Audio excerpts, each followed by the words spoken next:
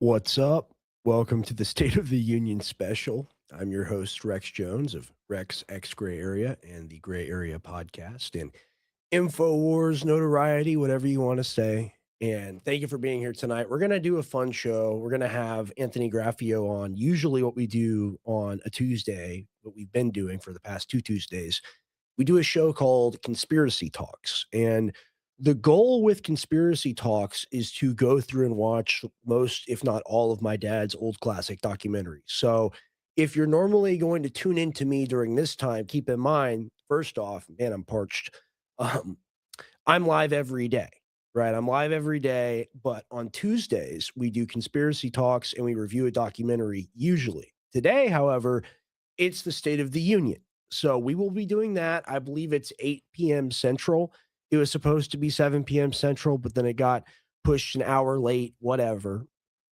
It is what it is. What are you going to do?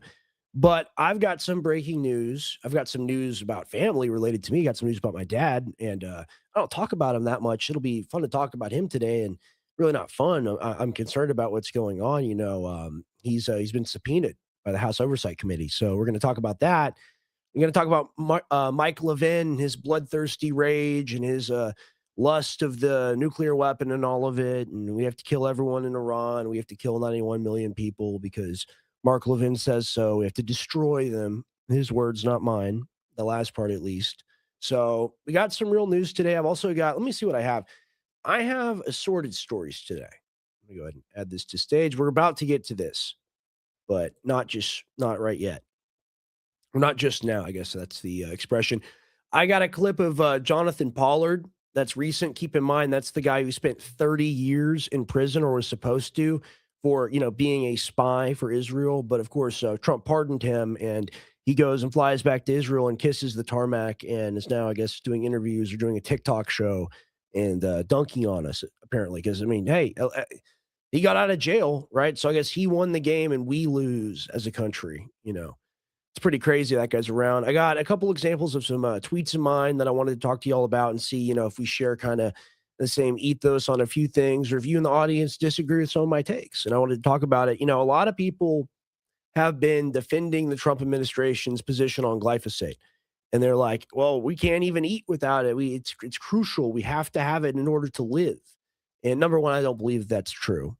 Number two, I think there's an effective substitute, at least for a temporary solution until we can figure out how to stop poisoning ourselves. But I think we can do it. Maybe there don't need to be 20 different or 200 different flavors, excuse me, of chips in the gas station, right? Maybe we can straighten some things out so we don't all die. I think that would be important. But we'll get into that as well. Ro Khanna news, Thomas Massie news, Lindsey Graham news, Trump, JD Vance news, glyphosate thing I talked about. Oh, you know what? I'm feeling a little parched. We're just going to start the show off with a banger. I like starting off with easy material because I'm a slow starter and it takes me a little bit to warm up. Check this out. What do we think of this? Hey, black people, I'm just as dumb as you, says Gavin Newsom. I'm not, I'm not trying to impress you. I'm just trying to impress upon you. I'm like you. I'm no better than you. I'm a 960 SAT guy.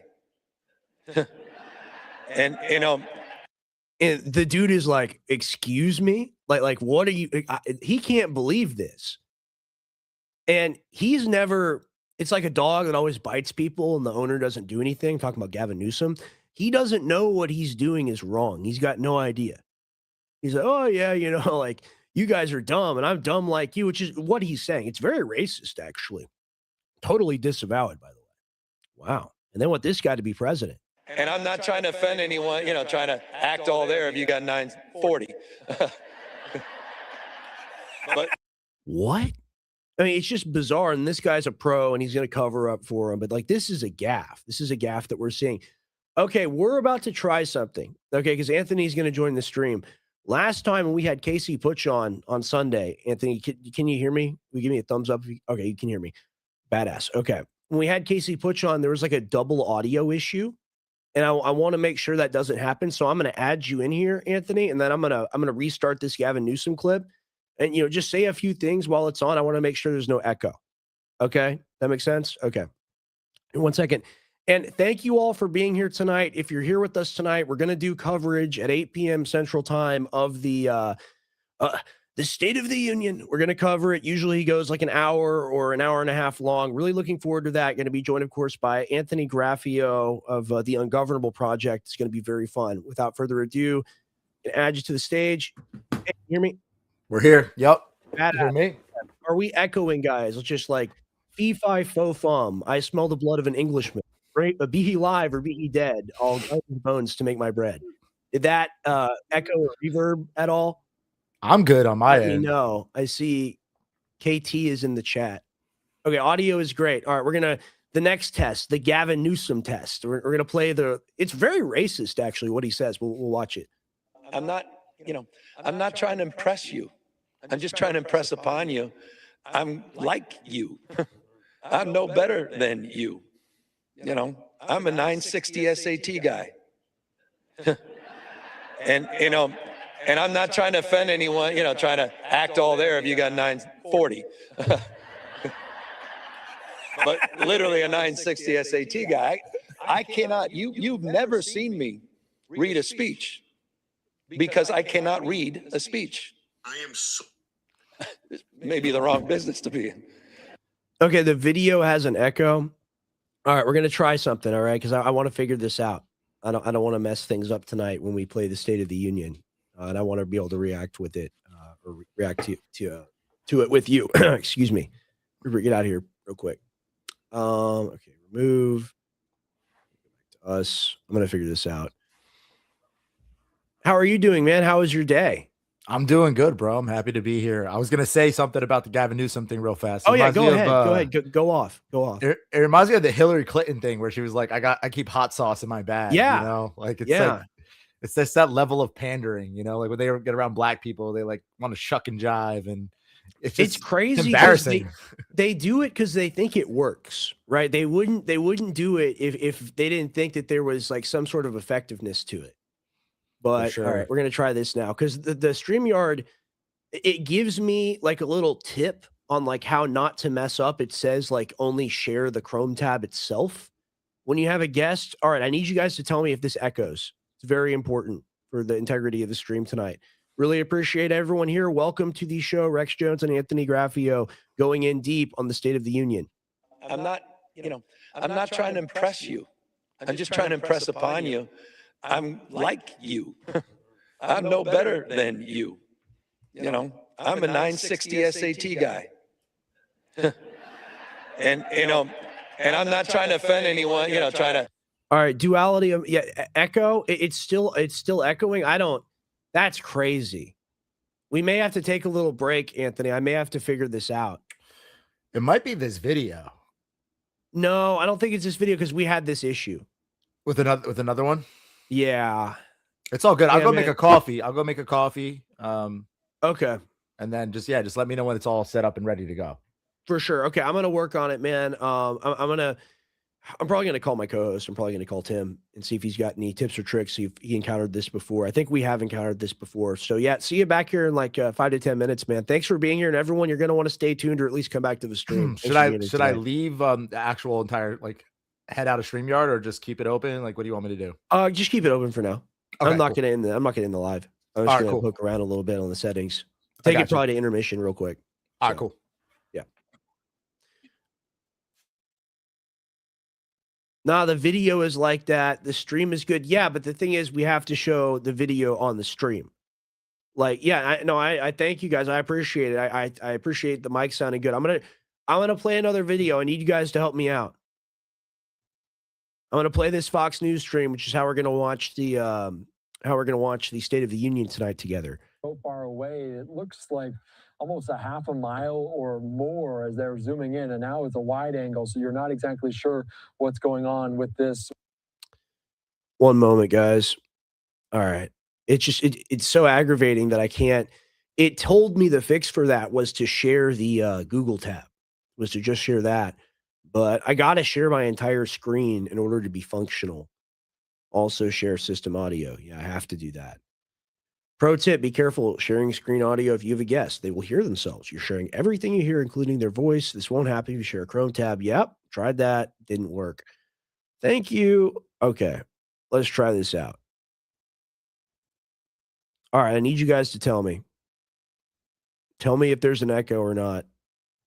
110 freeway of a wanted grand theft auto, a suspect involved there. So this is a dangerous pursuit unfolding in Southern California. I'm not sure what they're going to do, if they're going to zoom in that way or go to a different direction, but we're going to. Where are we at, guys? Do we have an echo? All right, we're good? You say we're good. Okay, it's clear. All right, I trust you, Cole. I don't know who's trolling me or not. That's the problem. But thank you. I know you're not trolling me, Cole. Thank you very much. Okay. Yeah, no echo. Phenomenal. Thanks, guys. Really appreciate it. Yeah, so let's just go ahead and get into this. I'll wait until Anthony gets back. We'll play a Mark Levin clip real quick.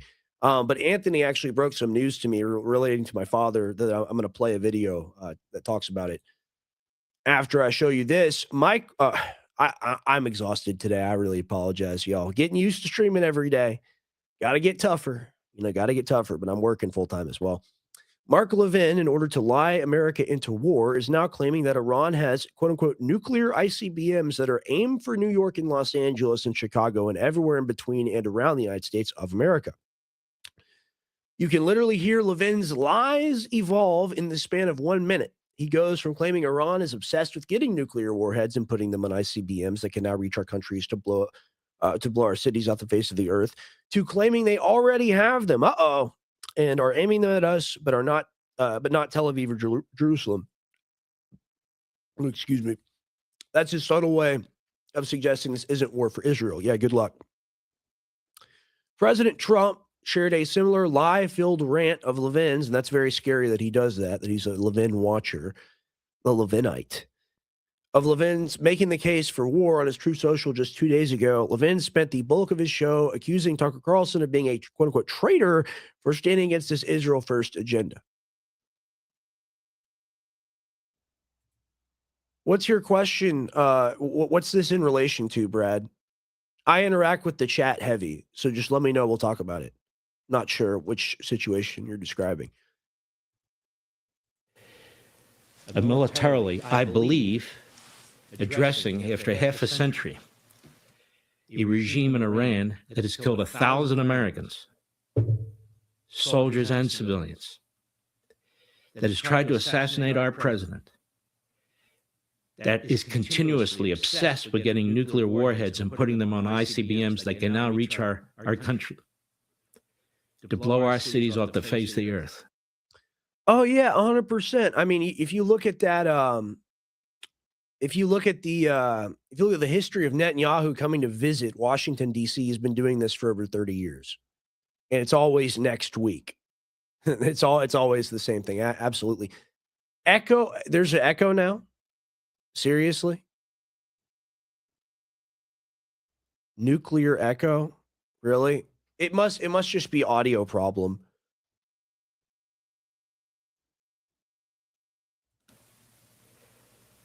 They slaughtered 50. Yeah. The feed audio.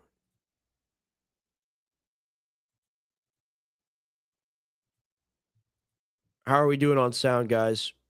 That was like a jump scare. I seen Mark Levin. Yeah, dude. I was trying bullish. to, exercise a demon. But we're still trying to get the audio to work. And it was working for a while, and everyone's saying, the video now. I don't know how bad it is. I'm probably gonna have to check it. I'm probably gonna have to have like a friend watch it or something. Maybe actually, would you watch it in another room really quick? I I appreciate it. Yeah. Yeah, I'm so sorry. Thank you for bearing with me, man. Anthony's great. Okay. Testing how we sound tonight. Gonna play this video of Mark Levin, the satanic Humpty Dumpty, up to no good, always sitting on the wall and never having a great fall. Unfortunately, he's kind of the bizarre Humpty Dumpty. He's an ethereal being. He's been alive for 9,000 years. He drank the blood of the last Nephilim, in the Void Century, in the Dark Age. and he's come back to kill the monsters inside the Hollow Earth.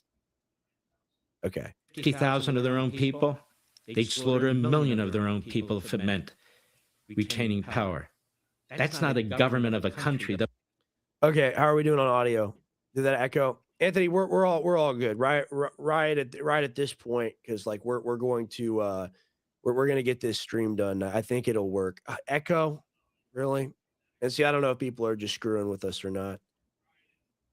It's the video with the echo. Okay, well, we got to play Trump's State of the Union. Levin has an echo. This is the last time I use StreamYard, man. I feel like it's very slight. Like it's not anything that's like super alarming. It just sounds Seriously? like it just sounds like the mic is just a little heavy on his end. Really, it's not an Okay. echo. It's All just right. more of like It is what it is. It is what it is. Maybe it is the TV problem. Not sure which speaker it's coming out of. But it is what it is. We'll get to the State of the Union.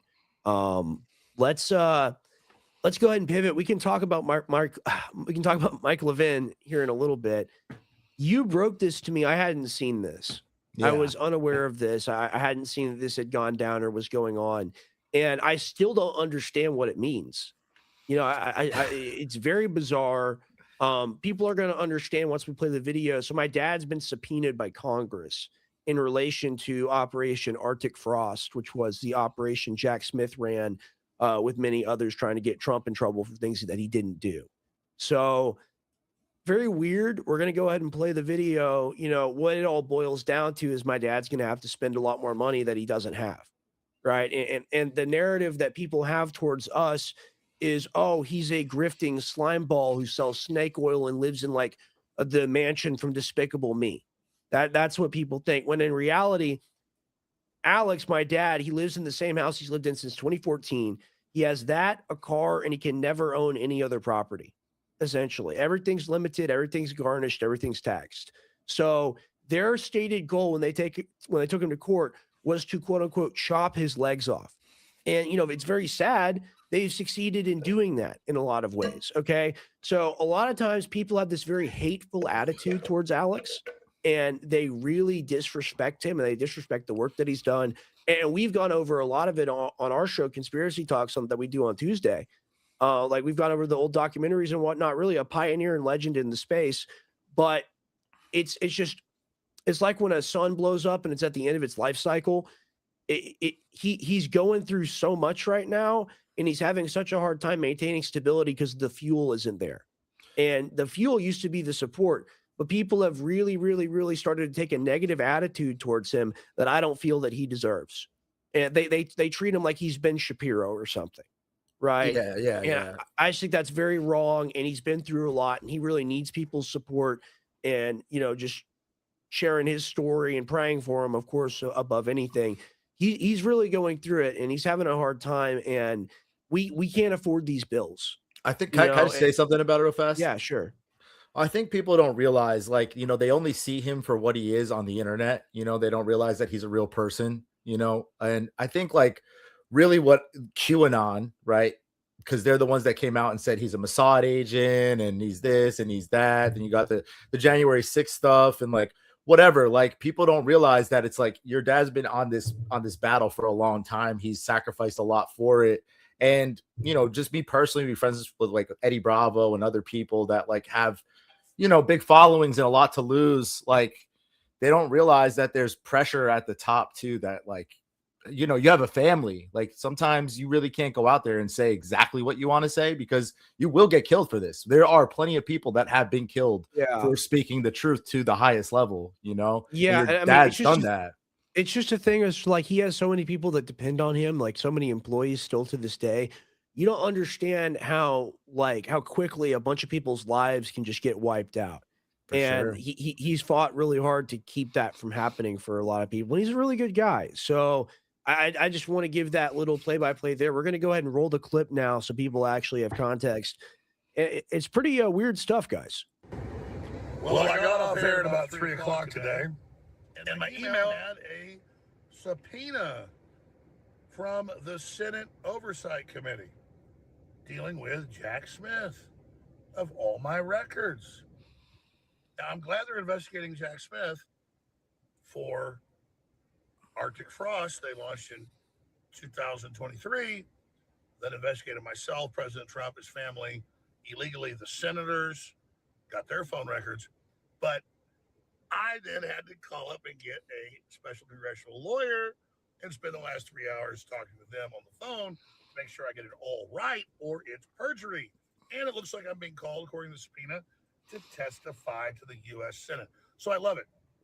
Jack Smith literally rakes me, goes to Democrat law firms, gets my phone contents illegally, which there was nothing bad in, puts out a few things they thought were embarrassing in the media, had nothing to do with, claims of January 6th insurrection or Russia. And now, low end 200 grand to comply with the congressional subpoena, because you don't want to play games with that. The Democrats can come back later and claim I, even though it's a Republican investigation, perjured myself. So I've got to have lawyers go over every document, make sure every answer is perfect. And of course, I'm not involved with Russia. Of course, I wasn't involved with J6, other than we were going to have a peaceful rally. We booked a stage back behind the Capitol by the Supreme Court. Trump said, go peacefully to it. I was there and trying to keep people from going in. And now it's just like herpes. It just keeps coming back over and over and over again. I'm not even complaining. It's just like, folks, you can't operate this level that I operate at without support. And that's why I need your word of mouth. I need your prayer. I need you to support me on our shopping cart with great supplements, great t-shirts. Okay, we don't need to see him do the plug because we're reporting on the news tonight. We don't have to go that far. I won't play the second half of the video.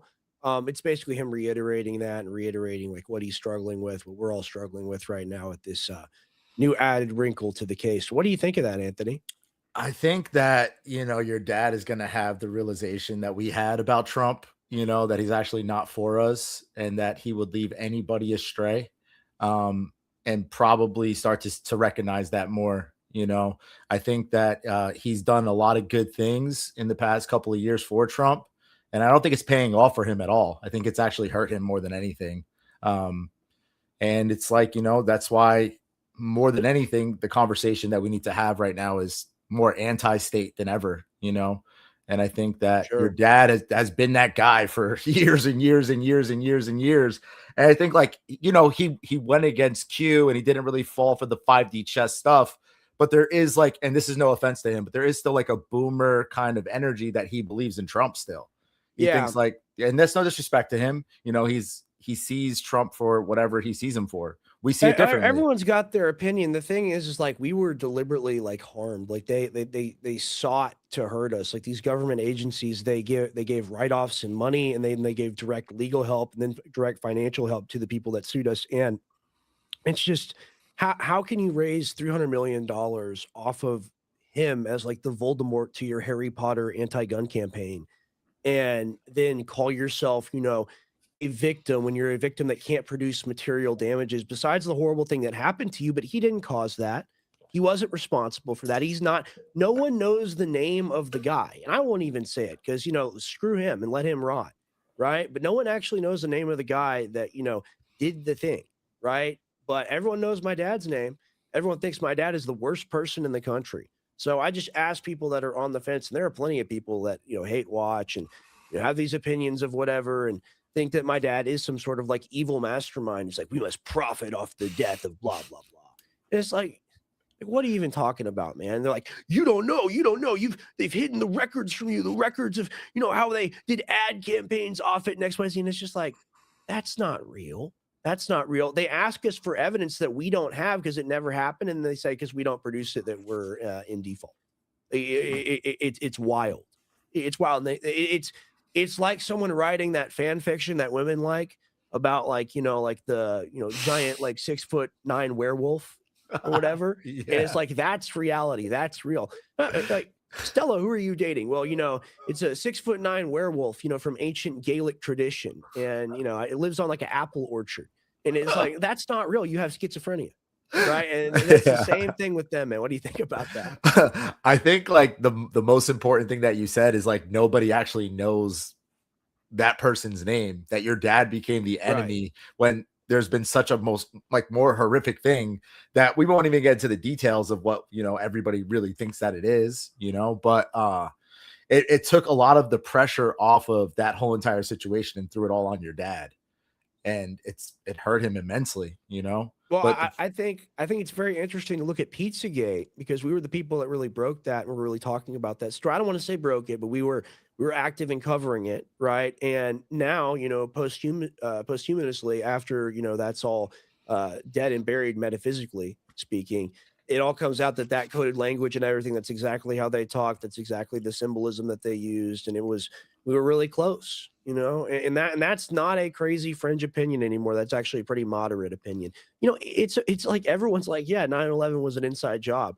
And I think about growing up, and I think about how much, like establishment right-wing families would hate me. It would not let me like come over to their kids' houses because my dad didn't believe in 9/11 or thought 9/11 was engineered by the government. That was like a big deal.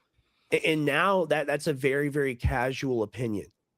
So I think there's been a lot of progress that's been made. I don't want to get too negative, of course. no, What do you think about yeah, that? no, for sure. I mean, like he was a pioneer. That's the only word that you could use is pioneer. And a Sure. lot of people are now at that pace.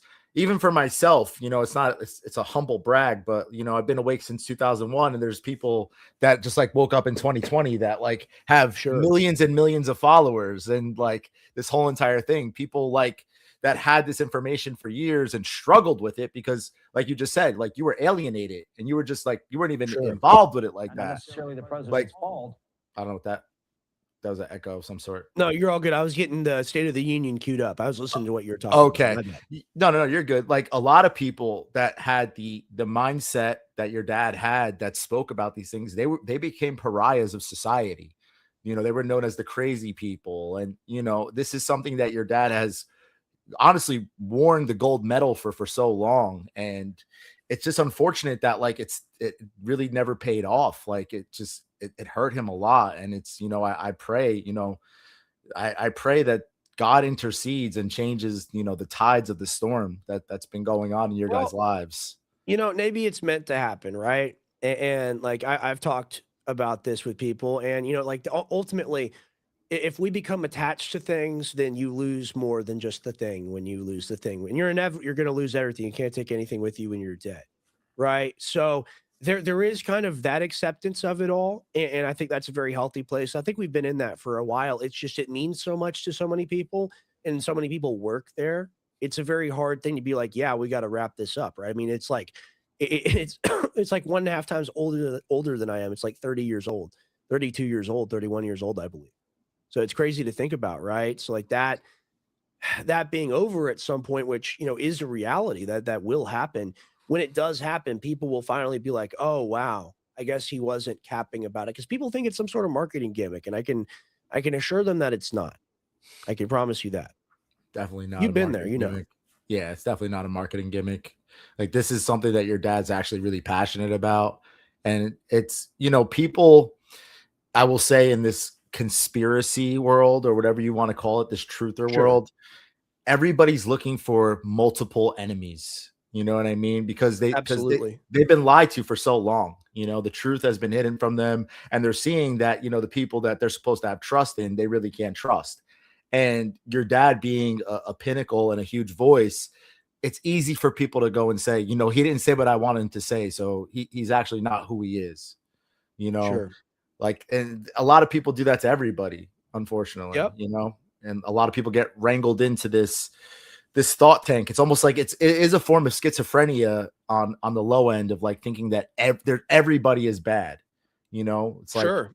not Absolutely. everybody is bad. It's the people that are profiting off of us and Right. and actually using tyrannical ways to break us down and break down our psyches. Those are the Sure. bad guys. Sure. Your I mean, dad's just out there talking. yeah. Yeah, I mean, we're all being targeted, right? We're being targeted by ads, we're being targeted by media, we're being targeted by infrastructure, being targeted by the government with chemicals and lawfare and all of it, right? So like there's like 98 different ways they're trying to control and organize, really cause like organized chaos with you all of the time. And I think when people wake up from under that, and at least realize that it's going on, Fuentes, I don't agree with everything he says. I do like him, and I do watch the show occasionally or listen to it. I usually listen and watch. But he had this great point about people overdosing on red pills and like ODing on red pills. And, I totally get why someone watches Candace Owens and thinks that Mitch Snow was Halo Master Chief and defeated the Covenant, and on his way back discovered the plot to kill Charlie Kirk. And I think they organized a plan to kill Charlie, but I don't think Erica Kirk flew to the military base. Like I just don't believe that. So I think it's pretty easy for people to go off the reservation, and then when they go off the reservation, people that are trying to legitimately look into something, they get kind of smeared.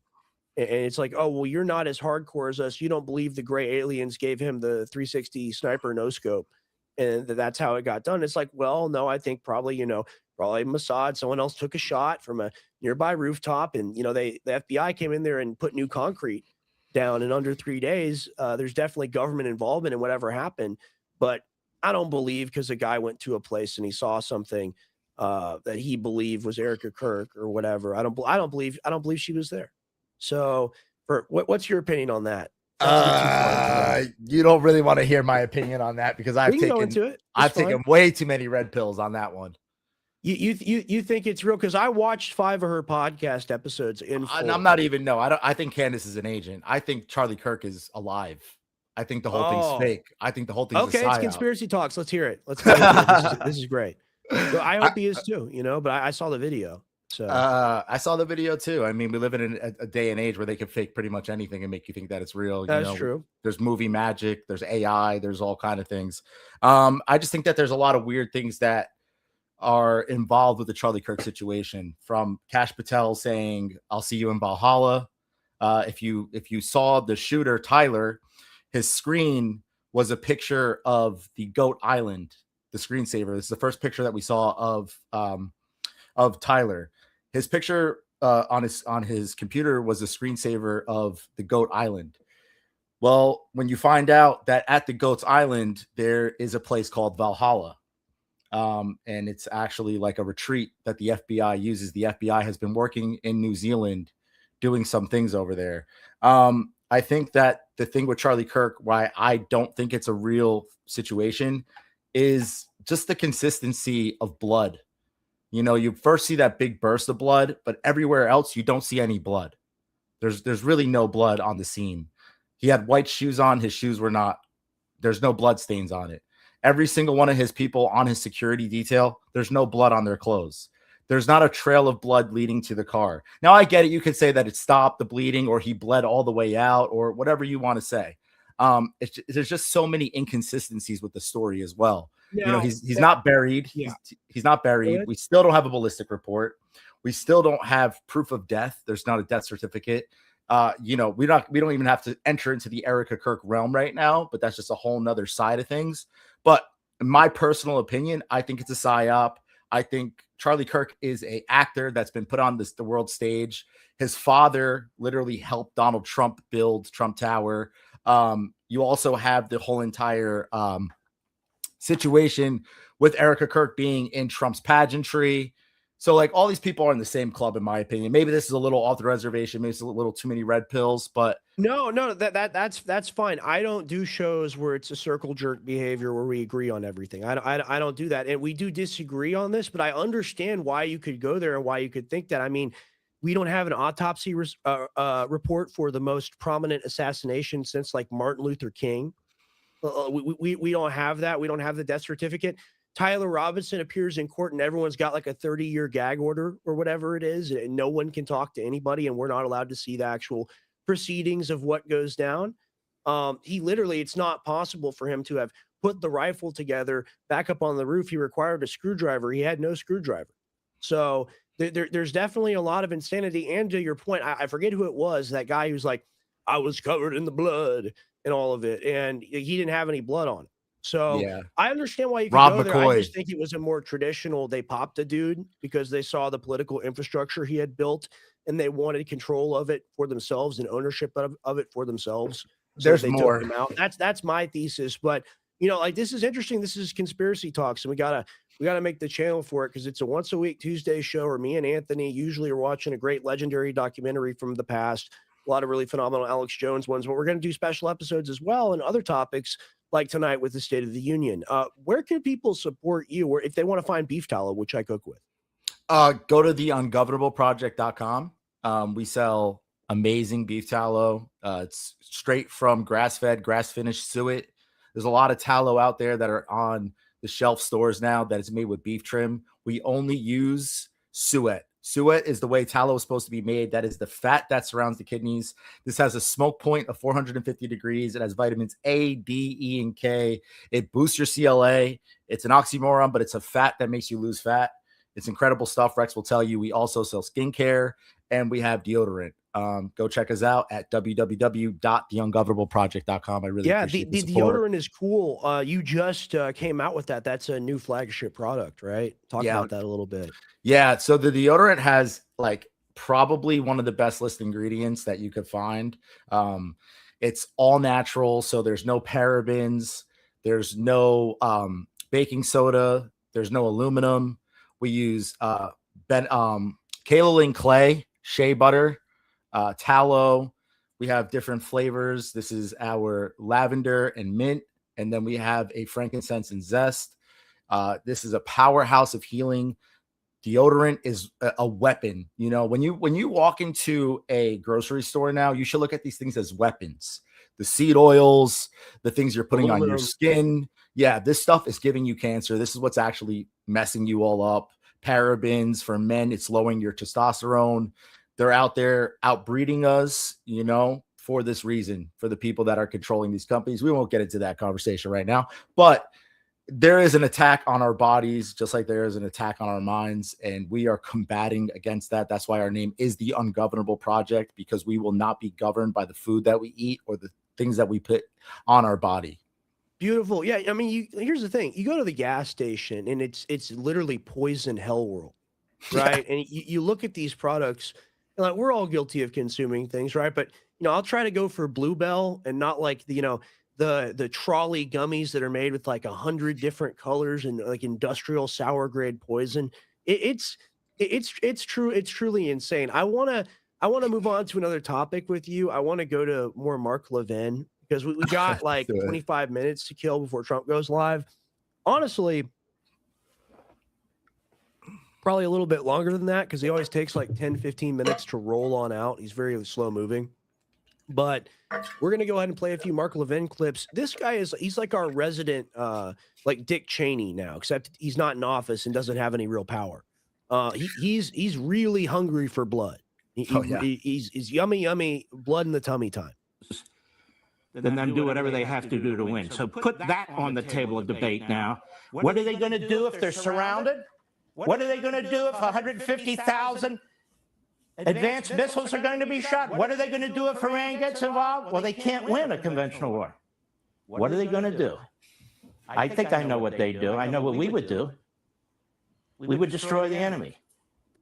Okay, so he's implying the use of nuclear weapons if the existential interest of Israel is threatened, right? Much like the Yom Kippur War, when we saw Jonathan Pollard do that podcast interview where he goes, yeah, we were having real problems and we needed weapons and they weren't giving us weapons. And we told the Americans to use their eye in the sky to look on our tarmac, and we had a jet loaded with some very interesting weaponry. He implies nuclear weapon, unconventional weapon.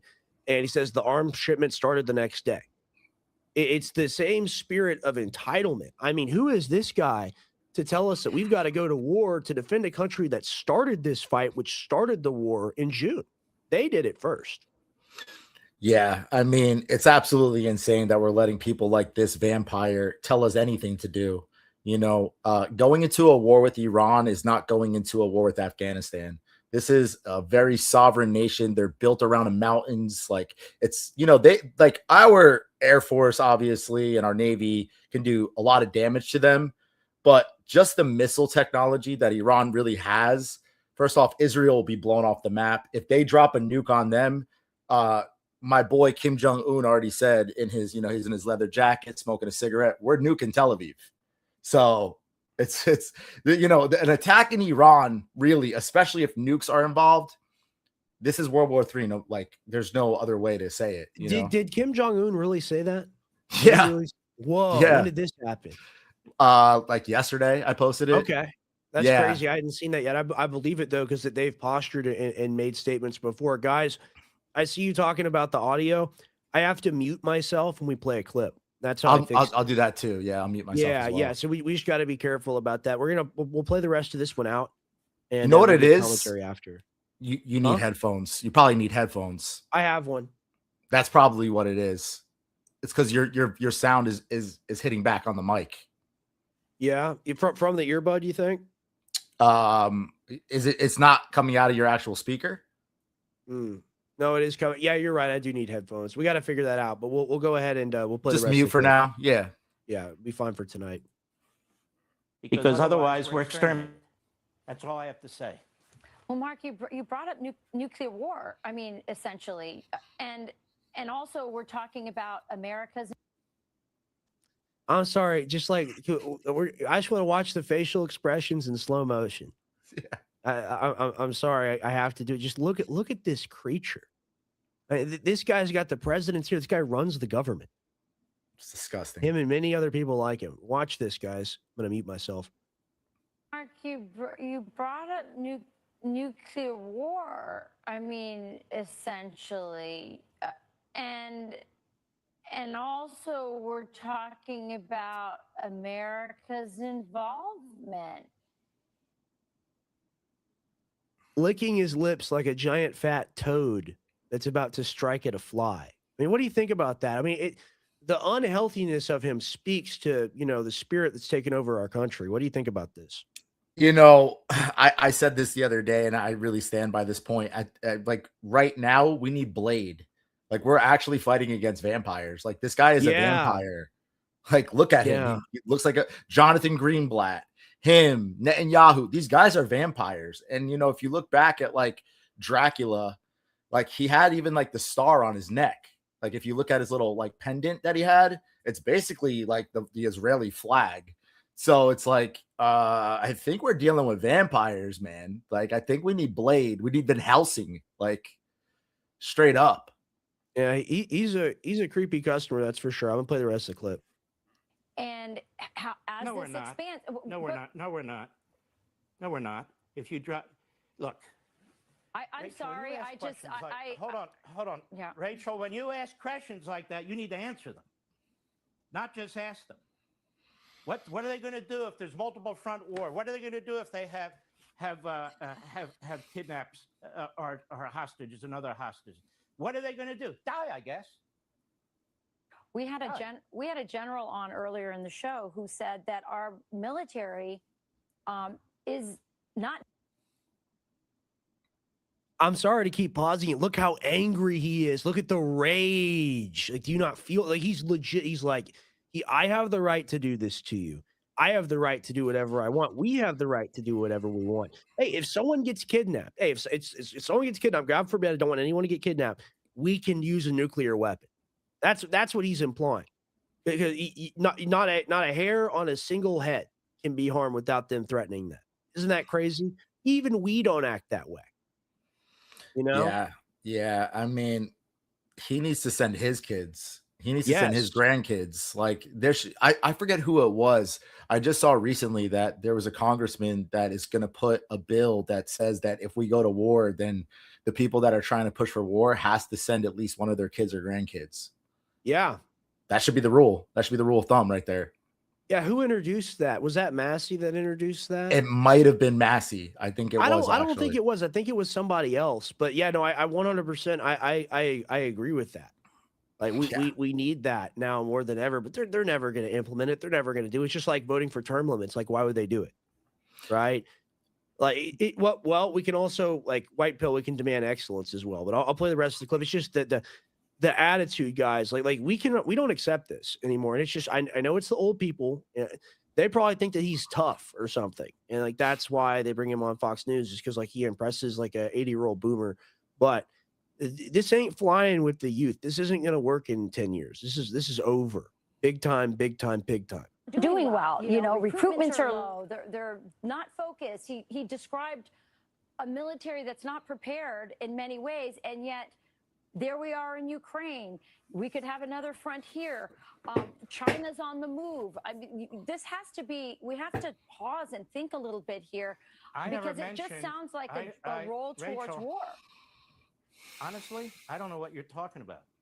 What does Ukraine have to do with this and China have to do? I'm talking about the Israelis are going. It's called geopolitics. It's called everything is connected. It's called we're not 5 years old. Like, what are you talking about? You're asking me questions about global war. What does that have to do with Israel? And it's like, it has everything to do with Israel. We're talking about geopolitics here, Mac. Like, he knows, but he doesn't want to answer the question, so he's lying. I just want to give that commentary. I'm going back to it. I'm talking. Well, the Israelis have their issue, but I'm concerned that a lot of the talk that's going on now is about involving the United States. And that's another matter. And it's not anti-Semitic to say that we as Americans should take a pause. Okay, look, I didn't say it was anti-Semitic. That's number one. So I don't appreciate that either. Number two. And notice, look, that's our Secretary of War. This is a very weird administration. All right, he's sitting on the couch, and then a couple of years later, he's in the office. Okay, this is from a while back. Okay, this is all he's thought about for probably decades at this point. He's just like, please God, let me see blood one last time. Just like let me see the fires, like that Holden Blood Feast meme. That's literally that's what Mark Levin is. What do you think, Anthony? I think that this is a group of people that have way too much power for no reason. I'm not going to go off on a tangent here, but sure, they believe that we are less than them, that we're not chosen people. And the fact that this guy could just bark orders and go into the White House and grab up Trump and do whatever he wants, this is a serious problem in our country. Yeah, and you notice how Hegseth doesn't dare say a freaking word. He's not looking at the camera that represents Mark Levin. He's not looking at his co-host. He's just like, I know this is a hot potato. I know what the establishment position is on this. I'm just going to shut up. And that's what's really scary is because that guy's a top cabinet member. Okay, he's very important. He's a very important man now. And it's silence is complicity, in cases like this. And everyone wants to talk about, oh, they're looking into it. The administration's so great. They're figuring it out. You got to give them time. It's like, we should have seen different responses from these people before they were appointed to their positions, in my opinion. Yeah, but Hegseth, the thing about him is he probably was chosen for this position already. We got the fake WWE antics of him coming in. These people are all selected on both sides. Biden was selected to create the destruction, like your dad talks about in Police State, the problem, the reaction, the solution. He was brought in to be the problem. Trump is the reaction and the solution. All these people are all playing on the same playing game. They're all playing us. Hegseth probably knew at this point already what he was going to be doing when it comes to this. There's videos of Pete Hegseth saying that we need to rebuild the third temple. So obviously he was the Shabbos Goy that was chosen for this position. Well, you think about it, and they say we can't allow the theocracy of Iran. Give me 1 second. Nicotine pouch. Excuse me, I got my teeth. They say we cannot allow the theocracy of Iran to exist. It's the most evil thing in the world and I don't like it. I love women. I think women are awesome. I think women are better than me. But here's the thing. They make them wear the burqa. They hit them if they try to go to medical school or like whatever the hell. They're trying to blow up a mosque, rebuild the third temple, and sacrifice the red heifer, which signifies the apocalypse. And the Christians that support it because they want the apocalypse. It's crazy, bro. It's crazy. It's beyond weird fan fiction, dude. No one could come up with this but the devil, basically. And that's what we're dealing with. But speak of the devil, let's go back to Levin. The Israelis haven't asked us to get involved. They asked us to give them equipment. Number three, they have their own arsenal, which they never admit. So while you bring up all these issues to me, which kind of fogs precisely, you're the prime minister of Israel. You're about to send hundreds of thousands of your troops in to take out the enemy once and for all. We saw the slaughter that took place. He's not thinking about Ukraine or China, neither are we. And I'm saying to you this, I'm telling you the truth. Sometimes it's tough. if Israel is going to face annihilation, you think they have those nukes in there to collect dust? I'm not even encouraging anything be done. I'm not. So they Disgusting. admit it. And they're not signatory to any kind of arms control treaties or everything else that everyone else, like we call the Russians crazy and the Chinese crazy. They're the ones that push for arms control. They're like, hey, we don't need to have more than, 1,500 missiles. Like, let's please stop this. Trump just allowed New START to expire. So now there is no limit on U.S. Nuclear weapons as well. But this has been the main controversy, since the 50s, really, since they stole the secrets and were able to build the bomb for themselves. This has been, this is why they don't get messed with, and it was a smart move, like to do everything you can to get the bomb. And there are people that believe the bomb isn't real. If the bomb wasn't real, we wouldn't live in the world we live in today. Okay, these weird power imbalances, they wouldn't exist because they would be solved by armies. People would march over or come on boats and they would fight and kill each other. I believe the test footage I've seen. That's all I have to say. And I don't believe in moon landing and shit like that. I call out things that are like very clearly fucked up. But I mean, only those weapons could promote the existence of a creature like Mark Levin. He's the only one demonic enough to actually want to use him. And there are a lot of people that think like Mark Levin, unfortunately.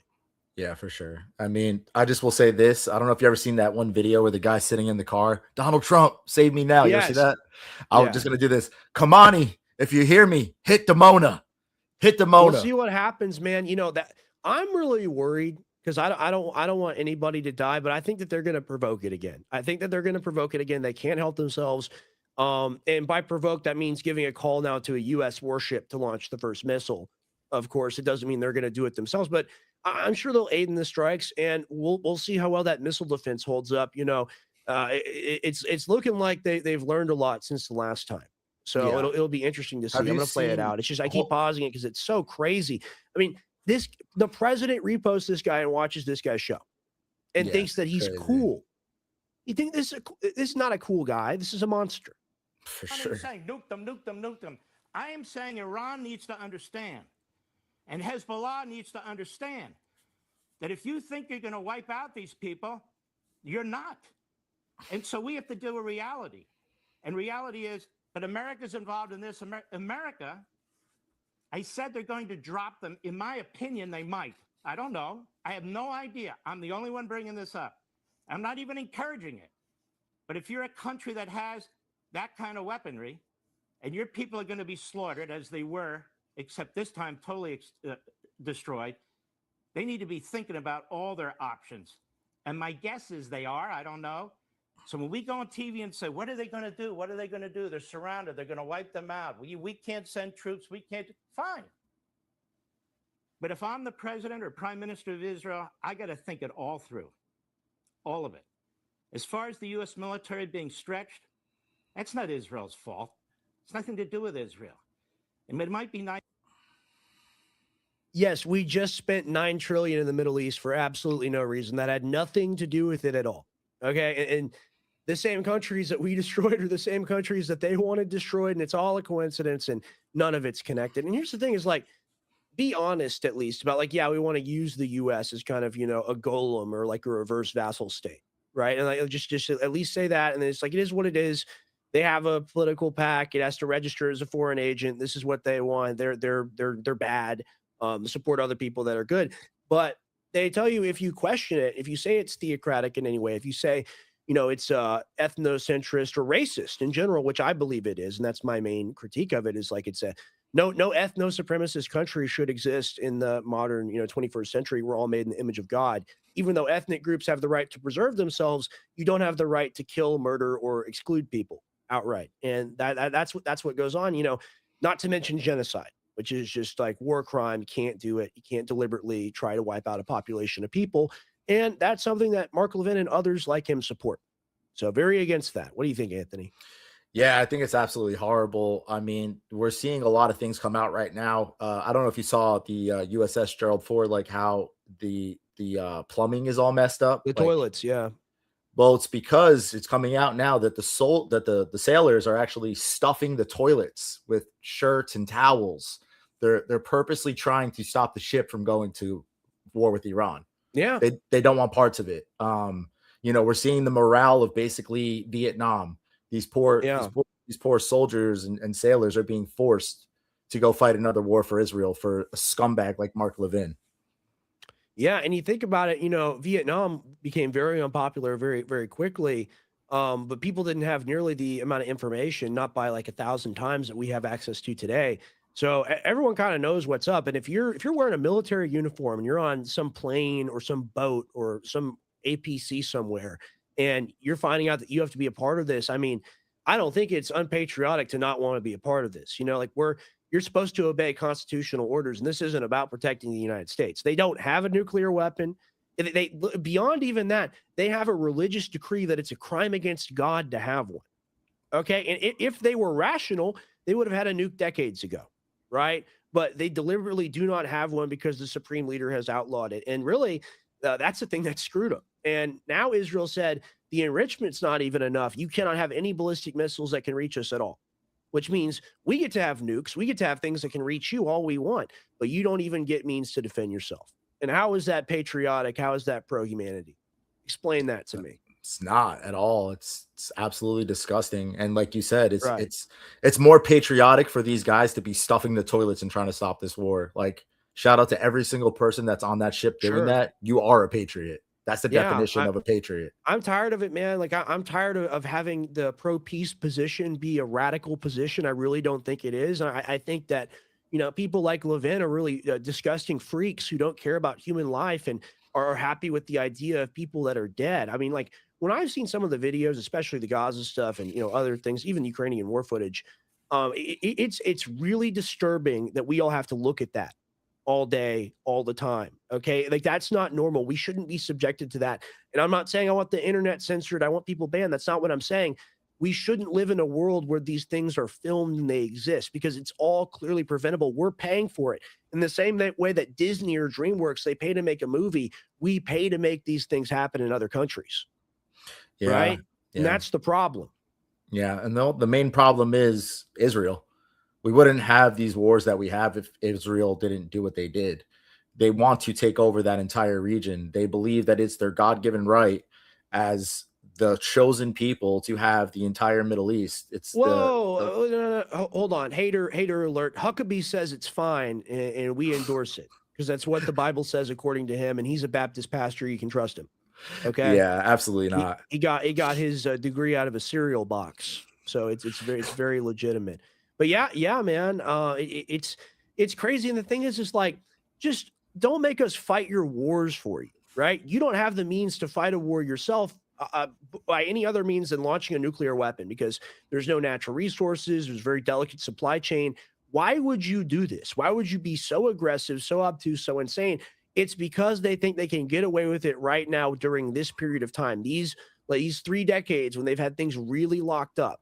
Like, okay, this is how we're going to ensure the survival of our state, our new America. We're going to take over. We're going to kill all the Native Americans. That's what we're going to do. You did it. It's fine. Pay for it. Pay for it again. We've got to break the cycle. If we were, a drunk dad, that beat on the kid, eventually you got to stop doing that after you go to jail and find Christ and come back and apologize. The kid may not ever accept you again, but you got to do it because it's right before God. Right. And that's what America has to do. We got to say, we're sorry. We were monstrous. We smacked people around. We didn't behave. We didn't care. But we're going to change. And we're going to acknowledge that we did that. And I think the forgiveness across the world would really be overwhelming for that, especially if we explain that we were drugged and we were given bad intel by a group of countries or a certain country that was trying to, make us do certain things. So like I like to give analogies like that because that's where we are. What do you think about that, Anthony? Yeah, one of my favorite videos is there's a bunch of like soldiers, and this took place like after Iraq, and they all like came together. I think it was in Washington, and they all were throwing their medals of honor. They're like, I fought a war that I should have never fought in. I killed people I should have never killed. Yeah. Like a lot of them had that realization. And I feel like, they have to keep on tricking the goy to go and fight their wars. But if people had a recognition of what's actually going on, I think that we would actually see peace. Now, that's the thing is like, I don't I don't think everyone is as warlike as they've been trained to be. Like we're supposed to get along ultimately, and that's not like the Rogan like, hey man, we're just gonna chill, bro. I'm not saying that, but everyone wants to go home at night to their family, right? Everyone wants to go home at night to someone that they love, even if that's just a pet. Okay, and that's a very human thing, and it's just these predatory people at the top that get people so afraid of human life that they don't want to engage with it and they don't care what happens to it, right? And it's just I mean, look at that face. Like this guy is influencing policy. He's got a million times more input than any of us could ever have. What right, what merit does he have to that level of influence? Absolutely none. But we're coming up here on the State of the Union here in a couple minutes, so we're gonna get ready to go to that. I've got more Levin. Let's see where that photo was at. I just want to say something that's really important for people to recognize is that there's 8 billion people in the world and there's only like 3,000 billionaires. So Yeah. just remember that. That's an important tidbit for you guys to carry home tonight. Well, and that's why they want to make everyone obsolete. That's why they need the robots, right? Is because, like everyone outnumbers them 1,000,000 to 1. So what else are they going to do but build something with planned obsolescence to phase us out, right? And that's what's really dark. And we're going to get into that on a lot of the other future documentaries that we go over. I mean, look at no better example than this. Lindsey Graham, Warhawk, Warpig, Lady G, very interesting character, but covered in blood, the blood of children and innocents from all across the planet, not just Ukraine or Israel, just everywhere he's ever endorsed weapons contracts for fun, with David Ellison, Larry Ellison's son. Of course, Larry Ellison, the guy who's like 98 years old but looks 60, and is kind of like a real creature of the modern era of modern monopoly. This is the guy that owns Paramount. So they're all hanging out with each other because he's got power and he's got influence and money. And these people get to make decisions and make calls that you'll never have the opportunity to, but they're making it about a society they don't even live in. They live in outer space. They don't deal with the same things that you deal with. Imagine the gall of these people meeting and laughing about tax policy. It's disgusting, but that probably goes on all the time in Washington. What do you think? It boils my blood, man. His father literally came out and said that he wants to send drones to people's houses. So like, he's like the father of this monstrous beast system that's being built. He bought TikTok. His son, like you said, he owns Paramount. They're taking over. And I mean, I can't even say they're taking over our media. They've owned our media for a long time, but they're literally laughing in our faces. And it's blood boiling, honestly. Like when I watch that Mark Levin, I'm gonna be honest. Like I just want to kick that guy in the face. Yeah, just Spartan kick him in the face. Like he's not tough.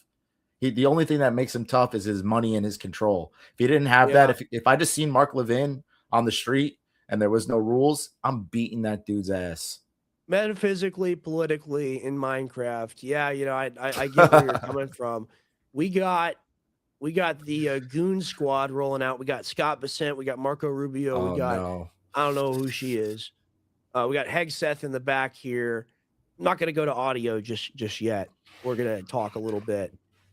I'll have to mute myself when we go live here. You got all the goons. All the goons are coming out to celebrate, the vulture feast of the corpse that is the United States of America.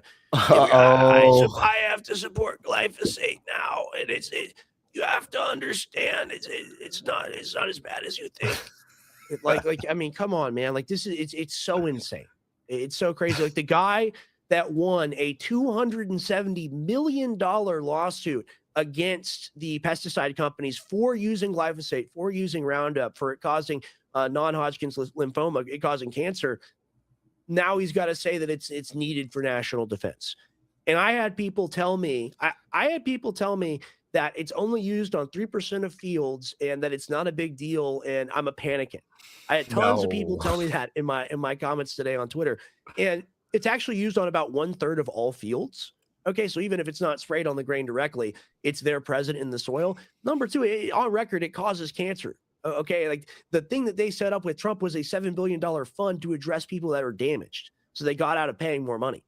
But you have people that are such slaves to this administration that are probably watching this, doing things to themselves at home, getting off on watching, dear leader walk out and all of this bizarre behavior. they're poisoning us, they're killing us, they're starting wars, and they want you to act like they're British royalty or something. Screw these people. Seriously. Look at Lutnick, Epstein's neighbor. Right there. We got Epstein's neighbor. None other than Epstein's neighbor, Howard Lutnick. And he's buddy, he's friends, he's smiling, he's got crow's feet ear to ear. I mean, it's disgusting. Sick. Yeah, but RFK made a video with Kid Rock, dude, so. Oh, dude, they're getting in shape. He's on the power bike or whatever it's called. He's on the Echo bike, dude. He's going after it hard. He's on that, that treadmill, the weird one where it's got like the dip on it and you create your own traction. I always fall over on that thing. I'll be honest with you. That's what they're on. Instead of fixing the country, they're getting a really sick pump. That's very important. In jeans, working out in jeans. Yeah, in jeans, getting in the ice bath. That's crazy. It's so crazy, bro. dude.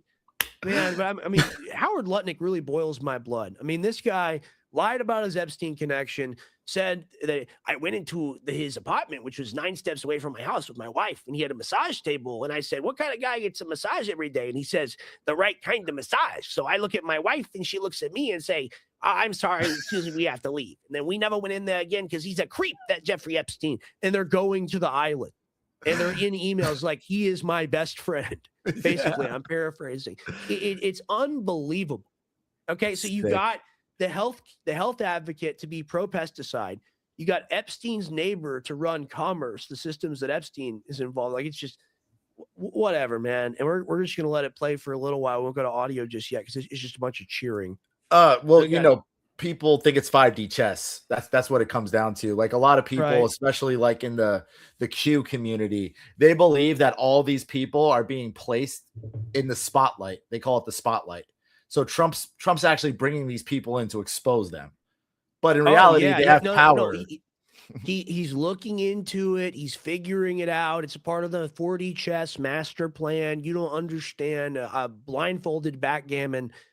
It's just a corpse feast. Like they're eating the dead corpse of America. And it's like, whoa, they're really having a hard time figuring this out as they like rip off the leg and you're like, I'm gonna eat it. It's crazy. Yeah. You got the family there. You got Eric Trump. Eric Trump just got a contract to build like the tallest skyscraper in a country. I forget which country it was. Like they're all making business deals, they're making money. Trump's selling watches. Melania's got a movie in theaters. Oh, Melania. My beautiful wife, Melania Epstein, introduced us. Really fantastic. Crazy guy. Crazy story about that. It's really wild. I mean, like every person I see in here, I can rip on. Like it's really crazy. Like even Biden, like they were all just like kind of like retards, right? And these people, they're like organized criminals. They're very, very focused on what they're doing. The Biden family organized crime, but I think some of the people were just happy, being trans and stealing women's lingerie at airports.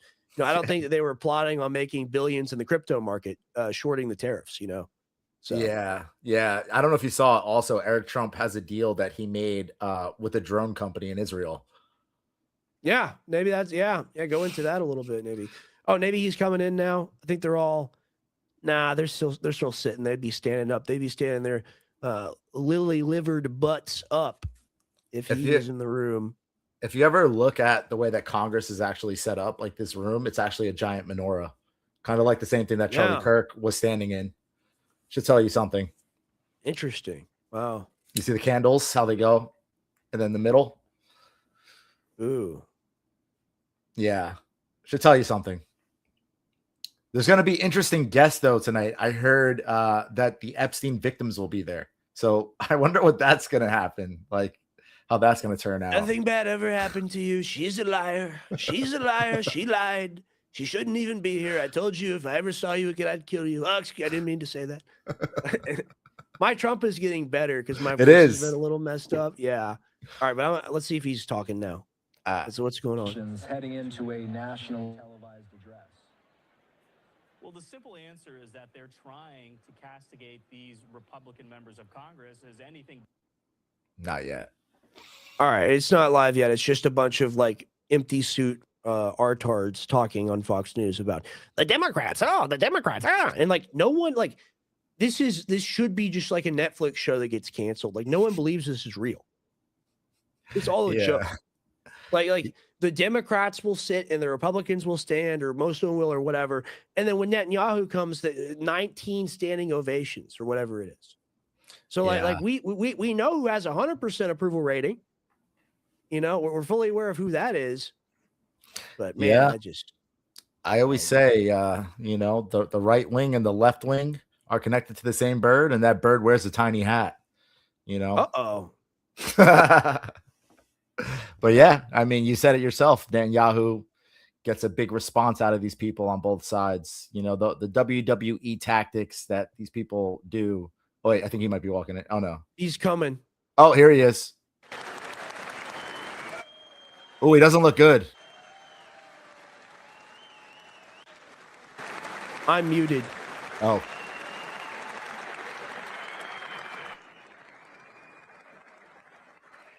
We'll pause it if we need to. Okay.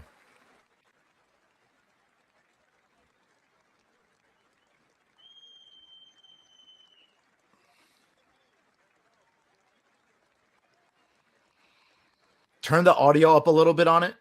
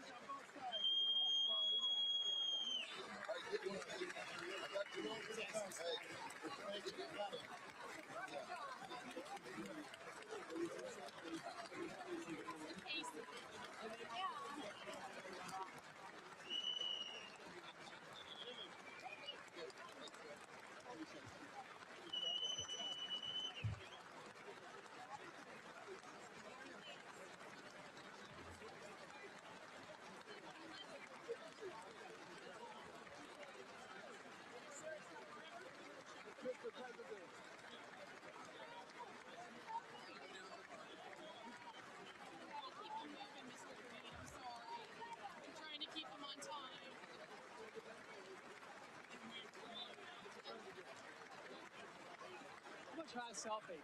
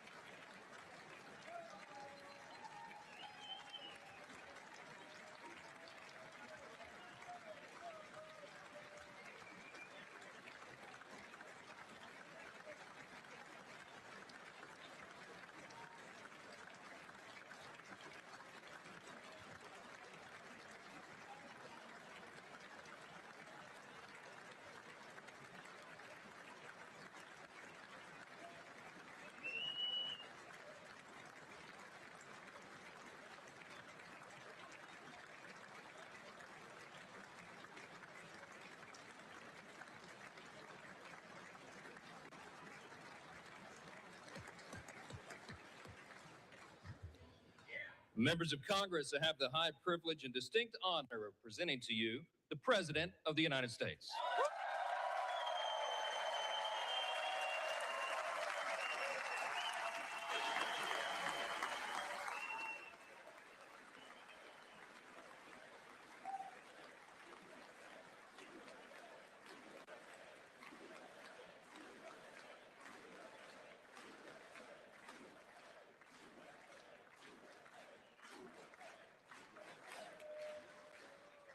Well, thank you very much, everybody. It's really an honor. Speaker Johnson, Vice President Vance, First Lady of the United States.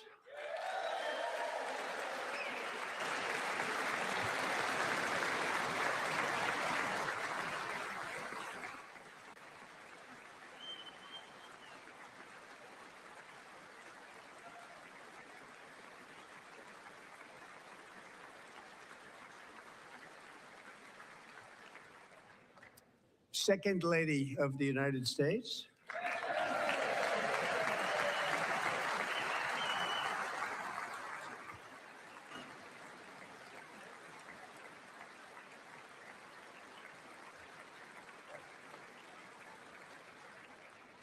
Members of Congress and my fellow Americans, our nation is back, bigger, better, richer, and stronger than ever before.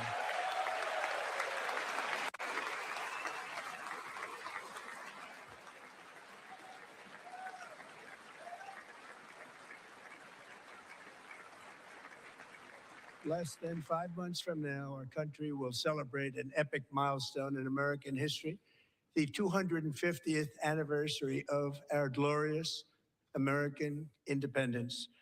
This July 4th, we will mark 2.5 centuries of liberty and triumph, progress and freedom in the most incredible and exceptional nation ever to exist on the face of the earth. And you've seen nothing yet. We're going to do better and better and better. This is the golden age of America.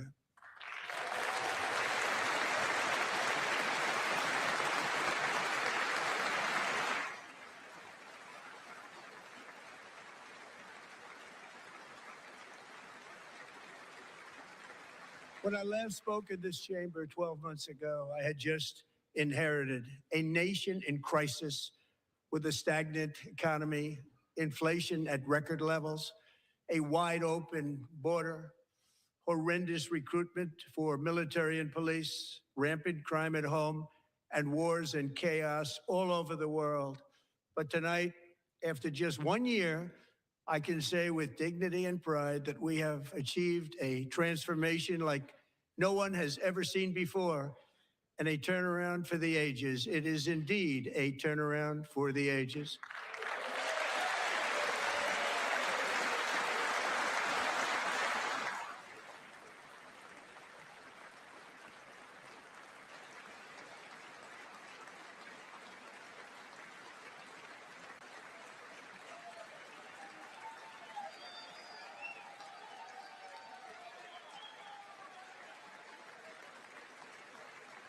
And we will never go back to where we were just a very short time ago. We're not going back. Today, our border is secure.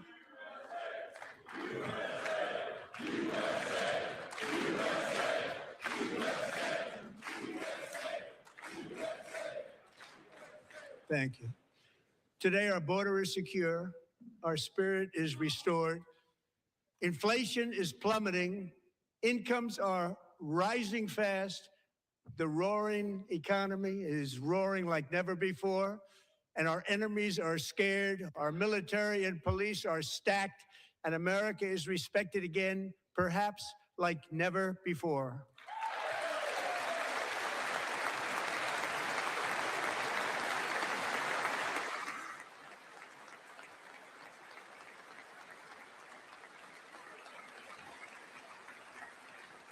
After 4 years in which millions and millions of illegal aliens poured across our borders, totally unvetted and unchecked, we now have the strongest and most secure border in American history by far.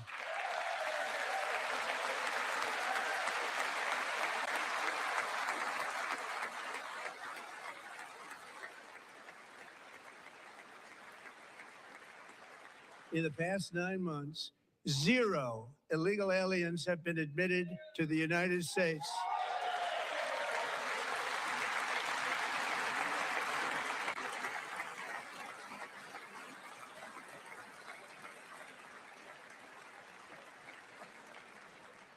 But we will always allow people to come in legally, people that will love our country and will work hard to maintain our country.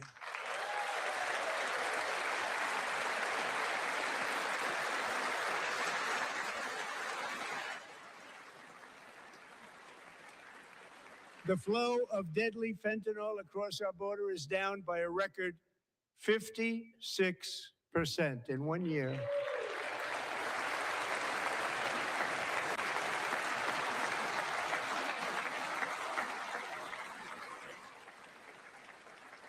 And last year, the murder rate saw its single largest decline in recorded history. This is the biggest decline, think of it, in recorded history, the lowest number in over 125 years, year 1900. In fact, substantially before my wonderful father, I had a wonderful father, Fred, before he was born, substantially before he was born. That's a long time ago. He wouldn't like me to say that, but that's a long time ago.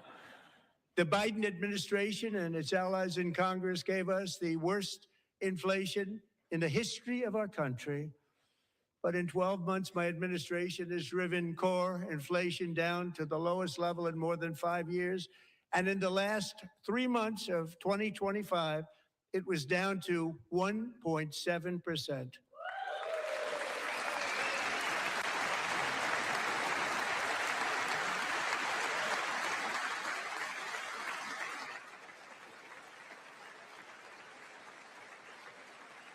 Gasoline, which reached a peak of over $6 a gallon in some states under my predecessor, it was quite honestly a disaster, is now below $2.30 a gallon in most states, and in some places, $1.99 a gallon. And when I visited the great state of Iowa just a few weeks ago, I even saw $1.85 a gallon for gasoline.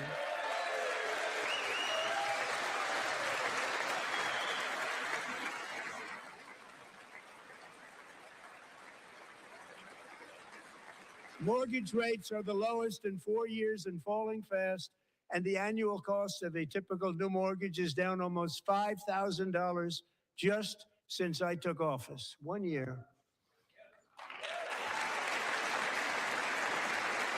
And low interest rates will solve the Biden-created housing problem while at the same time protecting the values of those people who already own a house that really feel rich for the first time in their lives. We want to protect those values. We want to keep those values up. We're going to do both. And we are going to keep it that way. The stock market has set 53 all-time record highs since the election. Think of that, 1 year. Boosting pensions, 401ks, and retirement accounts for the millions and millions of Americans. They're all gaining. Everybody's up, way up. In 4 long years, the last administration got less than $1 trillion in new investment in the United States. And when I say less, substantially less. In 12 months, I secured commitments for more than $18 trillion pouring in from all over the globe.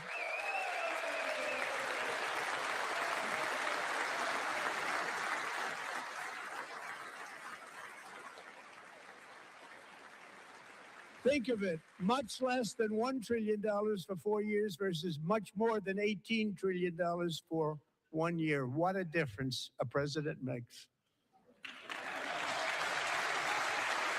A short time ago, we were a dead country.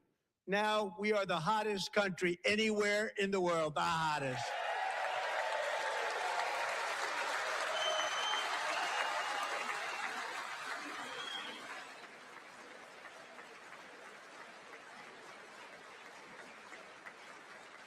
As thousands of new businesses are forming in factories, plants, and laboratories are being built, we have added 70,000 new construction jobs in just a very short period of time. It's getting bigger and bigger and stronger. Nobody can believe what they're watching.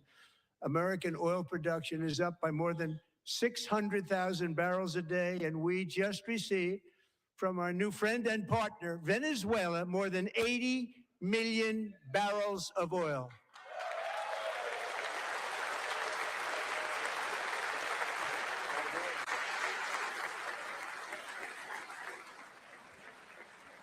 American natural gas production is at an all-time high because I kept my promise to drill, baby, drill.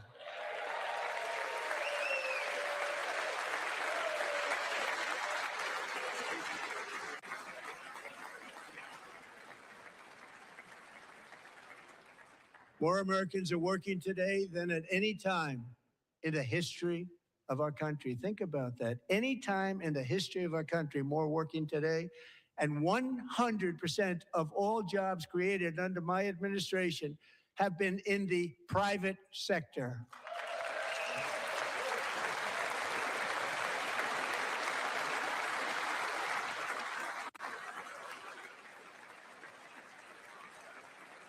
We ended DEI in America.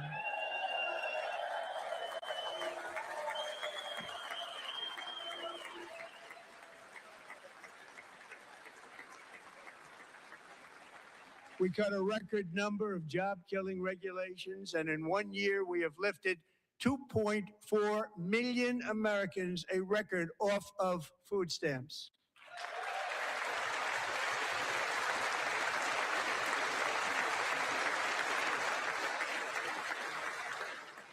And for all of these reasons, I say tonight, members of Congress, the state of our union is strong.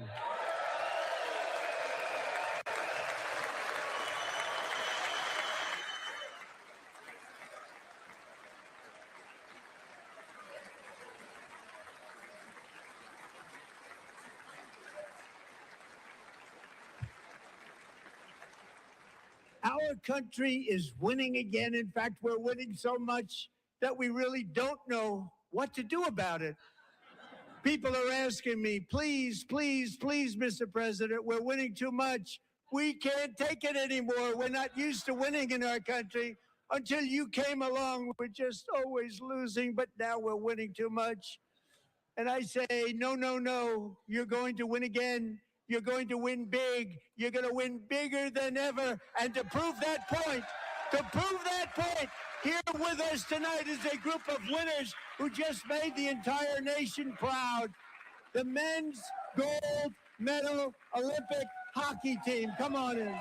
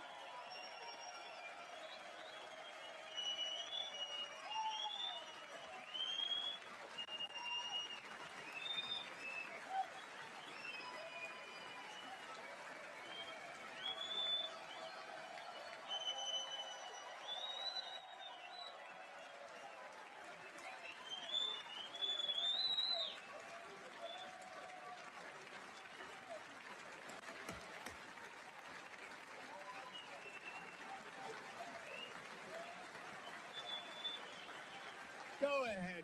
Ladies.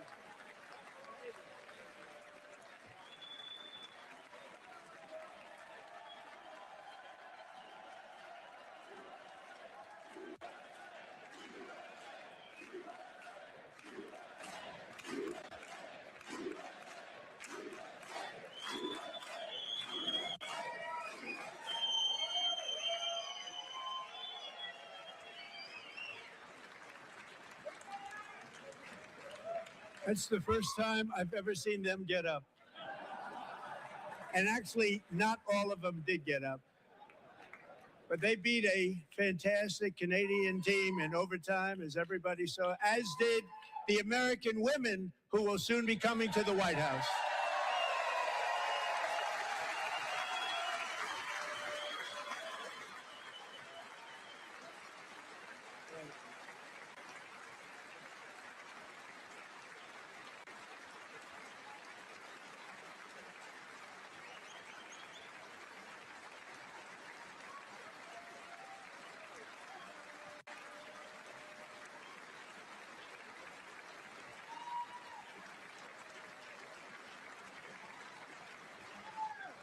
They were in the Oval Office before. And I just want to say a second very big congratulations to Team USA. But I have to say that, and I told them this, and we took a vote of the team. I said, anybody votes no, I'm not doing it. So they stood there and they weren't about to say no, because I'd never seen a goaltender play as well as goalie Connor Hellebuck.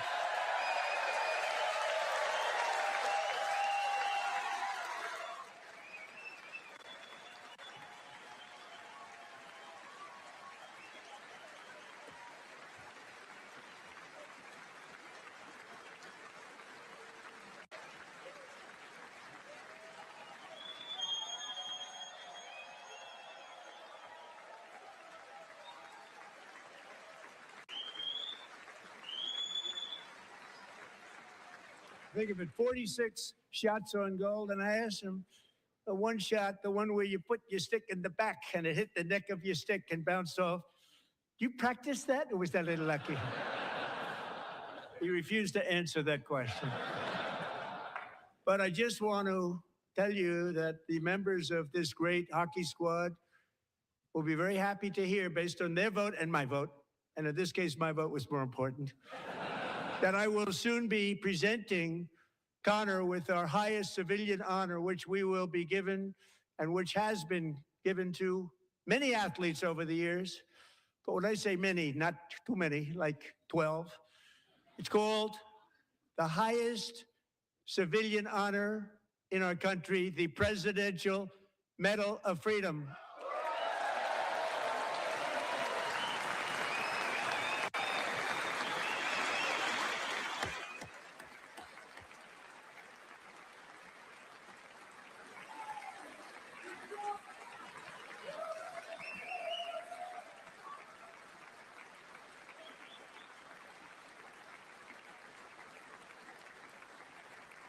Great athletes have gotten that, very great, the best.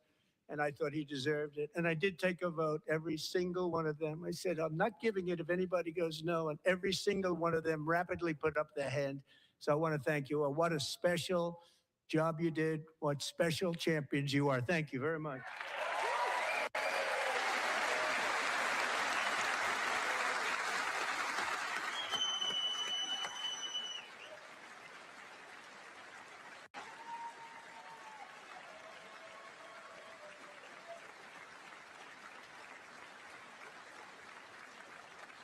I'm also pleased to say that the next time the Olympic torch is lit, it will be here in America for the 2028 Olympics. And it's the summer version right in Los Angeles. We're going to do a good job in Los Angeles.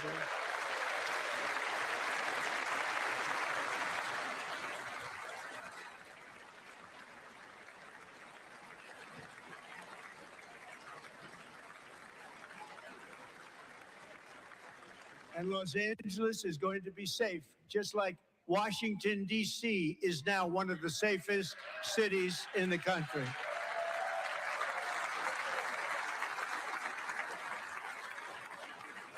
And this year, and I must say I got them both. I got them in the first term, and I was disappointed because I didn't think I'd be the president when this happened. But strange things took place. And now I've got them because I got the Olympics and I got the 2026 FIFA World Cup.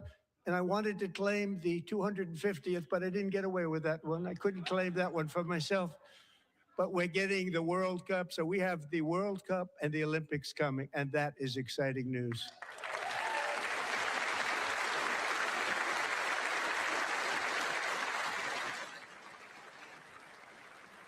So this will be a year to celebrate our country and the heroes who have kept it free. Men like Buddy Taggart. At age 17, Buddy volunteered to defend America in World War II, serving in the Pacific under the great General Douglas MacArthur. He fought bravely in the famous Battle of Manila, worked so hard. He was badly wounded and almost killed by enemy machine guns in Luzon. And 81 years ago this month, he liberated the largest internment camp in the Philippines, one of the largest anywhere in the world.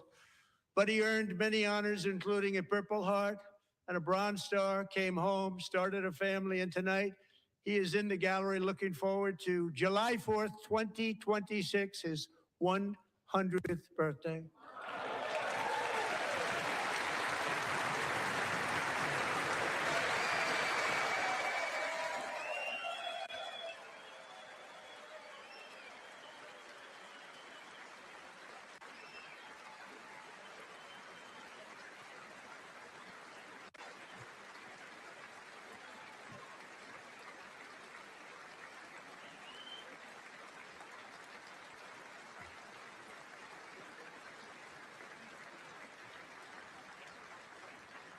So, buddy, you're a brave man, and we salute you.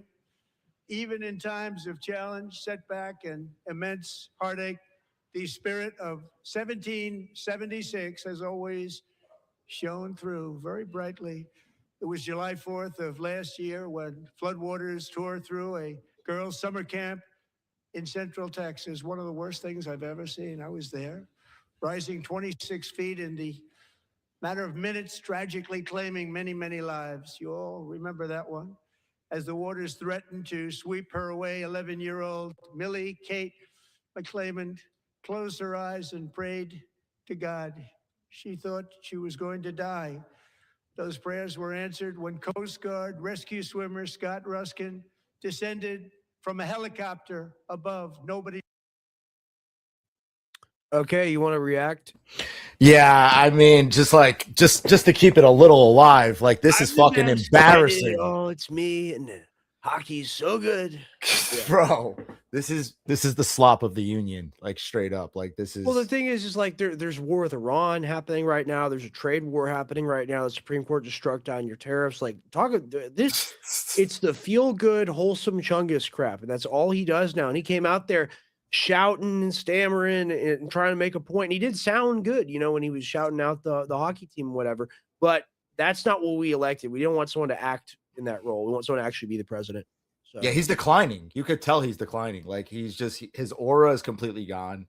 He doesn't sound quick with it at all. He sounds like he's going through dementia, honestly. Like he's showboating. I think he's having a pretty good showing. I got to be honest with you. I'm mad at it. It's all bullshit, of course, but he's being pretty loud tonight. Maybe that's just the amphetamines, you know, or something like that. But he's high energy tonight for sure, in my opinion. I feel like the way he's making jokes and stuff, he doesn't sound like he has confidence to his jokes. Like he doesn't sound confident to me at all. Like I've been watching Trump for years. Like his aura is gone. His way of joking is gone. He's just he knows that we know that he's lying to us. Yeah, that's true. That's Very the true. main thing. Very true. I mean, like, are they gonna talk about exactly right there? Are they gonna talk about what's really going on? Because if it's just gonna be a 2-hour of him talking about how awesome he is, like people don't want to even watch it. Exactly. Yeah, exactly. We can let it roll, but let's tune in a little bit here and there for them. Yeah, you know? let's see where it's at right now. I'll just refresh it. We'll see if he's still talking about World War II. Military aid to please come down. Okay, yeah, so he's relying on people that are going to have high approval ratings by nature of like their job or their position, and he's going to use that to carry him through. It's looking like it. Yeah.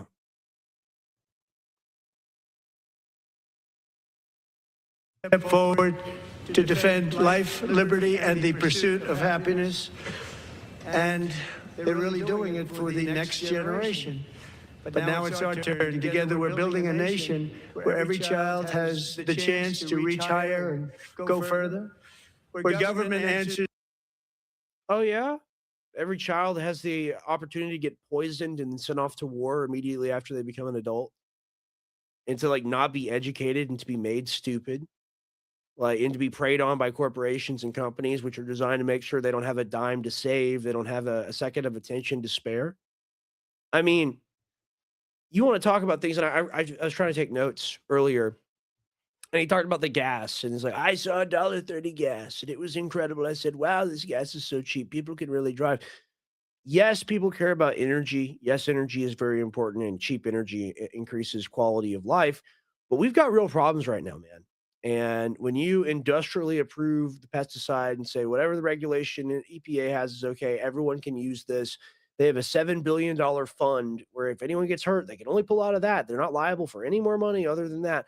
Trump gives OpenAI, Project Stargate, like 500 million just off the rip. It's like the first thing he does. He also approves no AI regulation for 10 years. Like it's just, it's dystopia, man. And like they're bringing out the sports teams and it's all very Roman and they try to make you, we're proud of our boys, right? And then the extension of that logically, we're proud of our boys, we're proud of our team, is we're proud of our troops, right? And that's where he's going with this. And it's going to get into why we got to do things to Iran.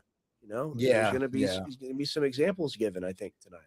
Yeah, I mean, just alone when he's talking about like going to Venezuela and getting oil there, it's like he ran on opening up the pipeline. He said that he was going to go to Alaska and get a fuel, drill, baby, drill. They're not drilling at all. They're grabbing presidents and then stealing their oil and being Somalian pirates, basically grabbing oil tankers. But he said it's in the same way the mob does it. It's our new partnership. We had an agreement. Partner Venezuela. We had to break Venezuela's legs. I think you have to comply. We were nice guys. We don't want to have to do that. But now Venezuela understands that if she says something again, she's gonna get it in her mouth this time, and she don't want that. So I mean, like that's the scenario, and it's crazy. We can keep giving commentary. I just want to keep checking. Yeah, let it play. Let it play a little bit. Like any second, be like nuke Iran. I said it. It's 2 seconds. Everyone's skipping it. No one saw me say it. Yeah, let it rock. Let it rock. We'll go. Let's see. Tell you that she is so much richer because with no tax on tips, no tax on overtime, and her expanded child tax credit done again by Republicans, Megyn and her husband will take home more than $5,000 extra just for the year, cutting her tax bill in more than half.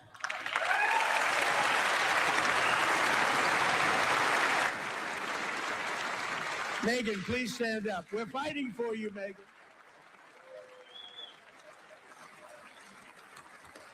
Thank you, Megyn. Thank you, Megyn. We're fighting for you, Megyn.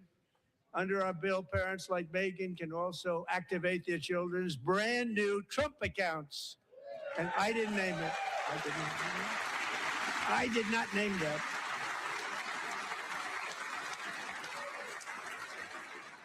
Nobody believes me, but I did not name it. It was named by a very tall man sitting right there in the third row. Nice man, a good man. Tax-free investment accounts for every American child. This is something that's so special and has taken off and gone through the roof. Millions will be pre-funded courtesy of the U.S. Treasury and private individuals like Michael and Susan Dell, who have donated $6.25 billion to fund the Trump accounts for 25 million American children. They're great people.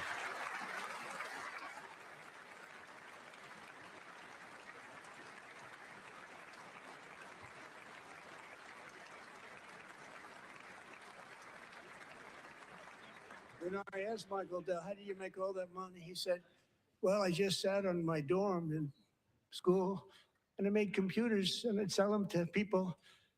And I just kept selling and selling and selling. And pretty amazing story. That's called the American dream. He sold a lot of computers, a lot of those laptops. So I congratulate him on that. But I really thank him and Susan, as well as others like Brad Gerstner, a very tremendous guy. He was behind it right from the beginning. Brad Gerstner. Thank you, Brad.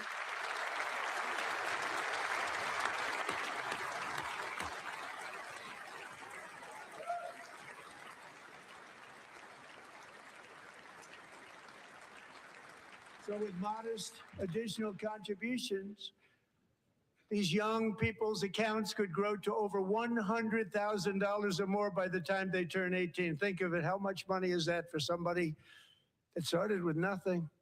Over 100,000, could be much more than that. To make this investment in our children's future, go to trumpaccounts.gov, trumpaccounts.gov. And a lot of people are doing it. They're setting every record in the book. It's popular. They knew what it was going to take. I'm so proud of them. I'm so proud of the people that got it started.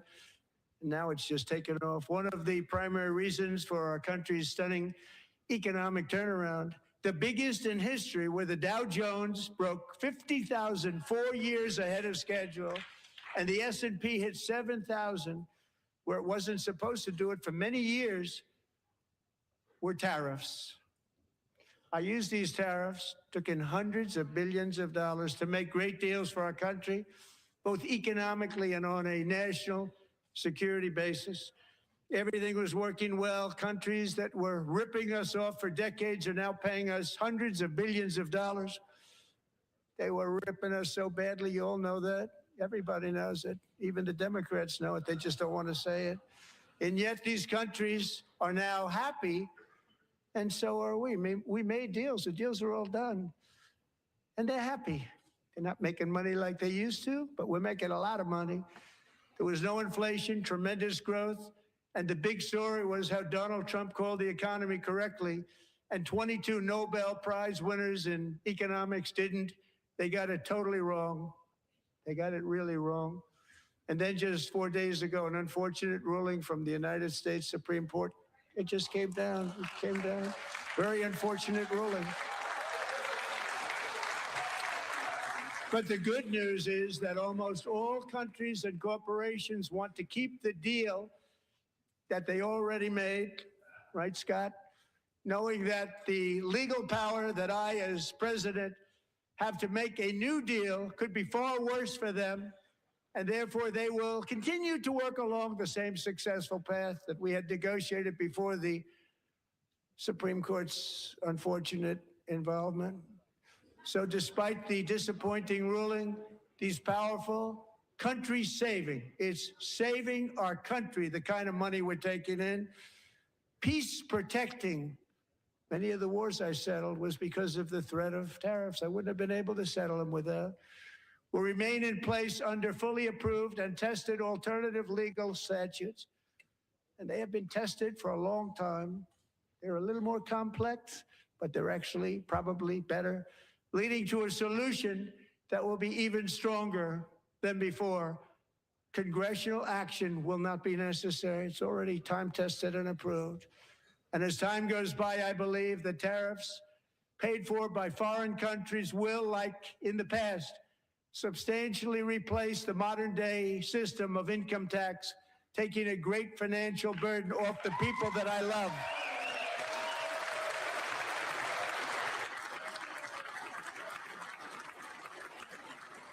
Right?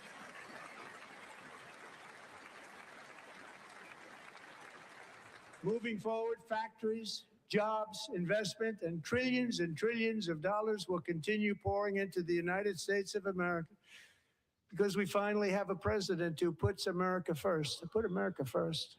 I love America.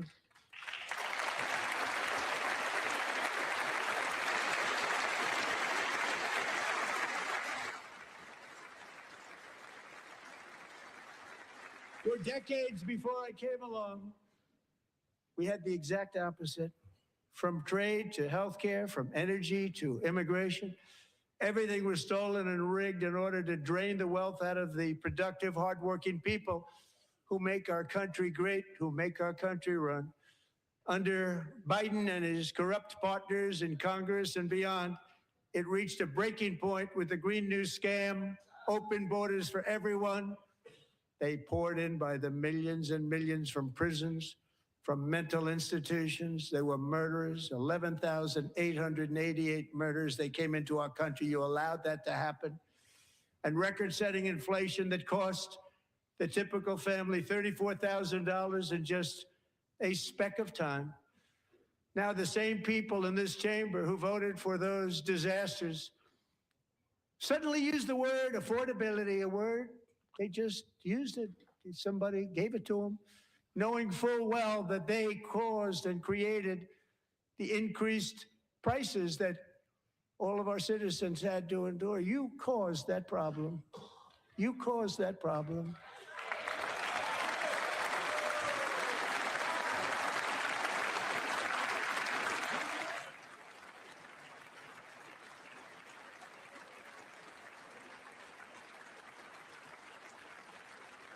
They knew their statements were a lie. They knew it. They knew their statements were a dirty, rotten lie. Their policies created the high prices. Our policies are rapidly ending them. We are doing really well. Those prices are plummeting downward.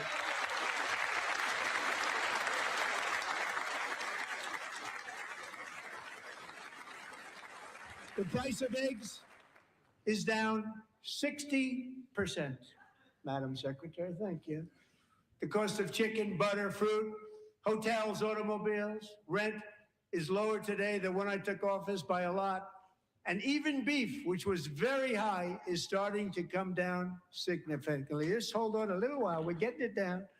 And soon you will see numbers that few people would think were possible to achieve just a short time ago. Nobody can believe when they see the kind of numbers, and especially energy, when they see energy going down to numbers like that, they cannot believe it. It's like another big tax cut. I'm also confronting one of the biggest ripoffs of our times, the crushing cost of health care caused by you. Since the passage of the Unaffordable Care Act, sometimes referred to as Obamacare, big insurance companies have gotten rich. It was meant for the insurance companies, not for the people. With our government giving them hundreds and hundreds of billions of dollars a year as their stock prices soared 1,000, 1,200, 1,400, and even 1,700%, like nothing else. That's why I introduced the great healthcare plan. I want to stop all payments to big RFK looks like the raped man. I gotta say that. I mean, RFK looks especially bad tonight. I mean, having to suffer through now being the pro-pesticide head of the HHS has really got to be weighing on him. He won that $270 million lawsuit against Monsanto for poisoning people and giving them cancer with glyphosate. And that's the reason why we can say it's a cancerous product that deserves to be banned without having to say allegedly or anything. He proved it caused non-Hodgkin's lymphoma. Okay. And they won $270 million. And now he's got to say we need it for industrial defense. Ladies and gentlemen, the raped. That's all I have to say. The witness the raped. This is the raped on camera. This is what's happening. It's just the truth, man. Like Trump bent over a table and said, your entire career, your life's work is gone. I'm Papa. That's what he said. Not to be gross, but I'll go back to it now. insurance companies and instead give that money directly to. Do you have commentary? I mean, it's just I have no words. Honestly, it's just slop. It's disgusting. It's just slop. Yeah, I mean, we could talk about it after. It's just slop. For sure. For sure. To the people so they can buy their own health care, which will be better health care at a much lower cost.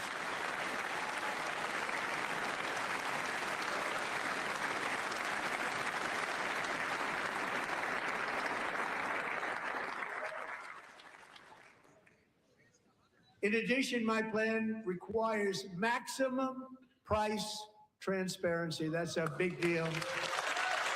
Sounds so simple, so big.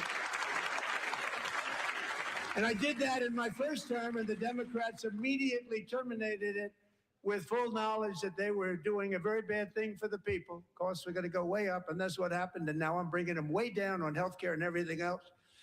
I'm also ending the wildly inflated cost of prescription drugs like has never happened before.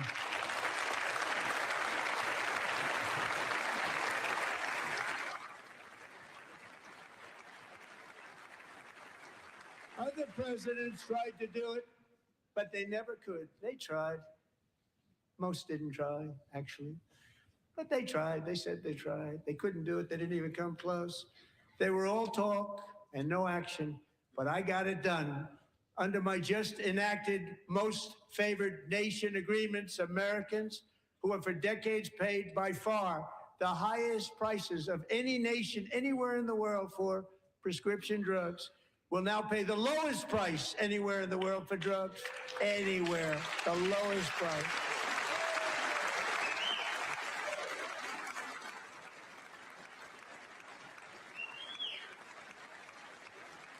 So in my first year of the second term, should be my third term, but strange things happen. I took prescription drugs, a very big part of healthcare, from the highest price in the entire world to the lowest. That's a big achievement. The result is price differences of 300, 400, 500, 600% and more, all available right now at a new website called TrumpRx.gov. And I didn't name that one either, by the way.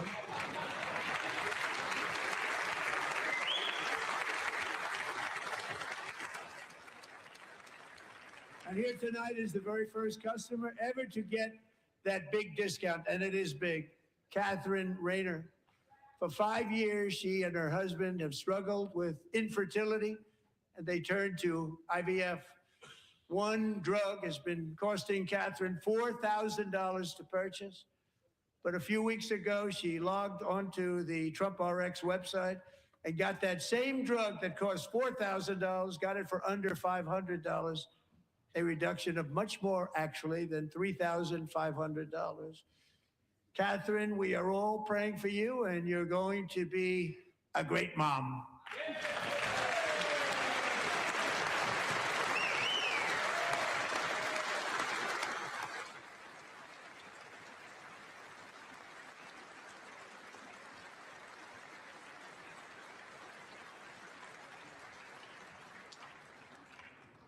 So now I'm calling on Congress to codify my most favored nation program into law. Now, the one thing I'm not sure it matters, because it's going to be very hard for somebody that comes along after me to say, let's raise drug prices by 700 or 800%.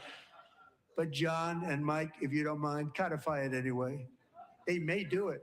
Codify it anyway. Thank you. Many Americans are also concerned that energy demand from AI data centers could unfairly drive up their electric utility bills. Tonight, I'm pleased to announce that I have negotiated the new Ratepayer Protection Pledge. You know what that is?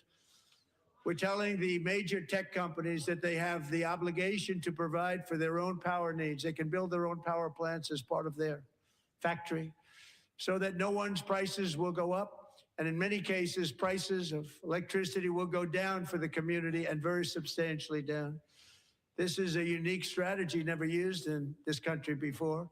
We have an old grid. It could never handle the kind of numbers, the amount of electricity that's needed. So I'm telling them they can build their own plant. They're going to produce their own electricity.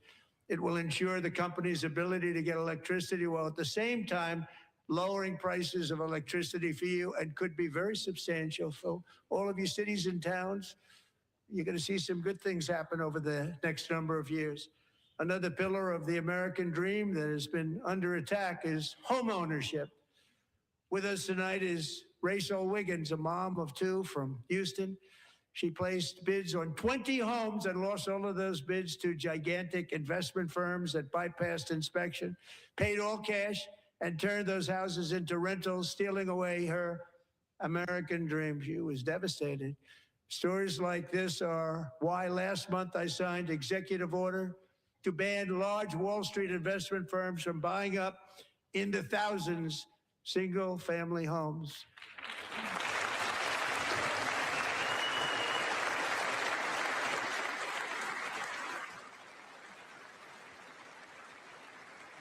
And now I'm asking Congress to make that ban permanent, because homes for people, really, that's what we want. We want homes for people, not for corporations. Corporations are doing just fine. Racel, thank you very much. Good luck with your home. You'll get one soon.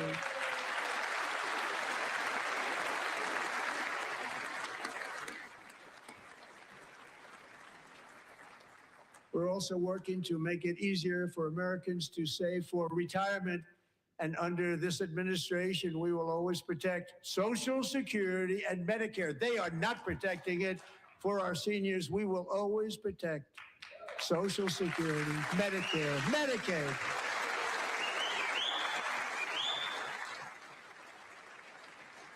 Since I took office, the typical 401k balance is up by at least $30,000.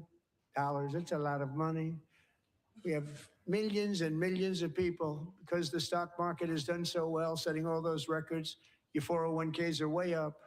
Yet half of all of working Americans still do not have access to a retirement plan with matching contributions from an employer. To remedy this gross disparity, I'm announcing that next year my administration will give these often forgotten American workers, great people, the people that built our country, access to the same type of retirement plan offered to every federal worker. We will match your contribution with up to $1,000 each year as we ensure that all Americans can profit from a rising stock market. Let's also ensure that members of Congress cannot corruptly profit from using insider information.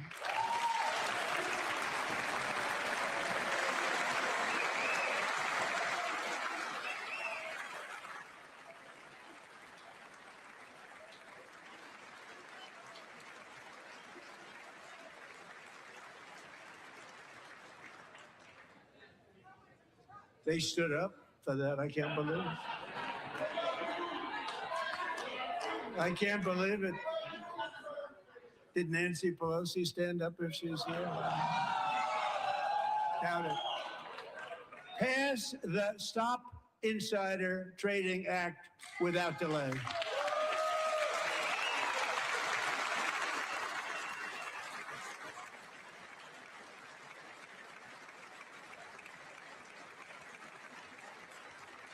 I wasn't sure if anybody even on this side was going to applaud for that. I'm very impressed. Thank you. I'm very impressed. But when it comes to the corruption that is plundering, it's plundering America. There's been no more stunning example than Minnesota, where members of the Somali community have pillaged an estimated $19 billion from the American taxpayer. We have all the information. And in actuality, the number is much higher than that. And California, Massachusetts, Maine, and many other states are even worse. This is the kind of corruption that shreds the fabric of a nation, and we are working on it like you wouldn't believe.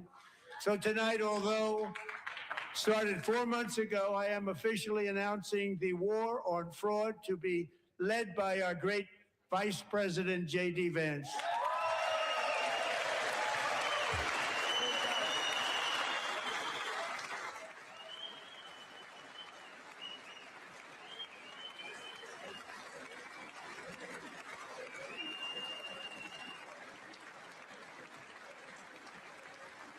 We'll get it done. And if we're able to find enough of that fraud, we will actually have a balanced budget overnight. It'll go very quickly. That's the kind of money you're talking about. We'll balance our budget. The Somali pirates who ransacked Minnesota remind us that there are large parts of the world where bribery, corruption, and lawlessness are the norm, not the exception. Importing these cultures through unrestricted immigration and open borders brings those problems right here to the USA. And it is the American people who pay the price in higher medical bills, car insurance rates, rent, taxes, and perhaps most. Everything's the fault of the immigrant. Like the reason why your life sucks, the reason why we have to be at war all the time, we have to give the billionaires all the tax cuts, we have to live in a police state. It's all because of the immigrant. You see, it's problem, reaction, solution. We have to have this governmental control. We have to have this military police force on the streets of America because the immigrant is so bad. And I don't like the fraud. I don't like the people that are here that shouldn't be here. I want them to go. The way that you do that is you punish the companies for hiring them and for putting up with the fraud. But he's in bed with those people, so he'll never do that. And that's like if you got cancer, that's like trimming your toenail. And then saying that you're trying to treat your symptoms. It doesn't work out. You got a thought on that? Yeah, I mean, Tyler Oliveria just came out with a video yesterday about the Hasidic Jews in Lakewood, New Jersey, and they're stealing way more money than the Somalians at daycares. Oh, we don't talk about that. We will never talk about that. You know, the Somalians, they're the pirates. They're the bad guys. Right. It's okay to, go after them. Most importantly, crime. We will take care of this problem. We're going to take care of this problem. We are not playing games. Delilah.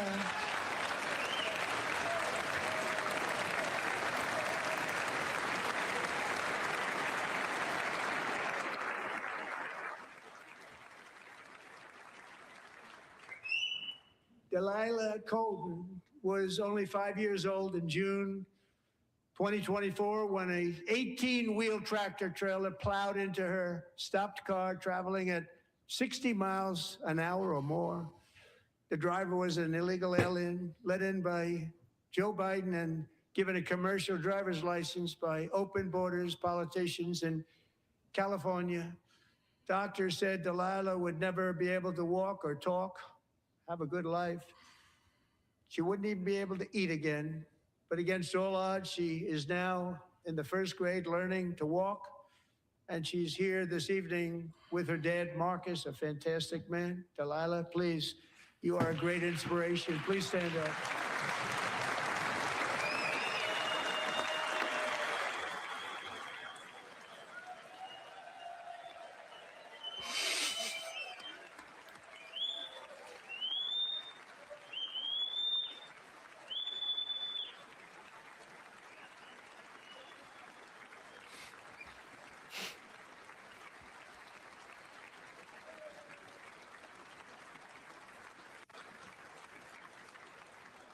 Thank you, Delilah.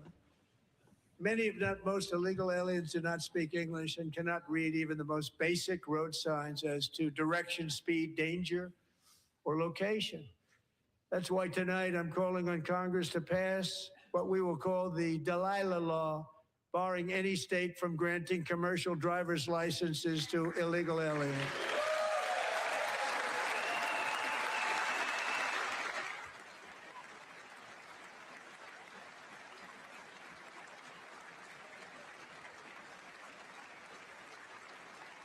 And yesterday, as you probably saw at the White House, I hosted a ceremony with Americans who lost their treasured loved ones to the scourge of illegal immigration. People came into our country, how we allowed this to happen with our open borders. These are the angel moms and families that for decades our government betrayed and our media totally ignored. It was terrible. Hard to believe, actually. In 2023, a 16-year-old high school cheerleader named Elizabeth Medina was supposed to perform in her town's Christmas parade, but she never arrived. Her mother, Jacqueline, went home to look for her, and she found her lying dead in a bathtub, bleeding profusely after being stabbed 25 times. Elizabeth's killer was a previously arrested illegal alien who had broken in and brutally extinguished the brightest light in her family's life, violently and viciously. Her heartbroken mother is in the gallery to remind everyone in this chamber exactly why we are deporting illegal alien criminals to our country at record numbers, and we're getting them the hell out of here fast. We don't want them.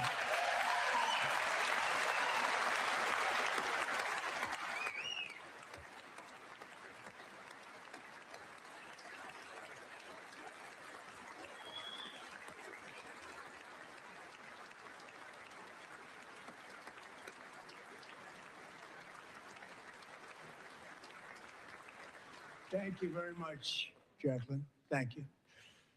We can never forget that many in this room not only allowed the border invasion to happen before I got involved, but indeed they would do it all over again if they ever had the chance. If they ever got elected, they would open up those borders to some of the worst criminals anywhere in the world.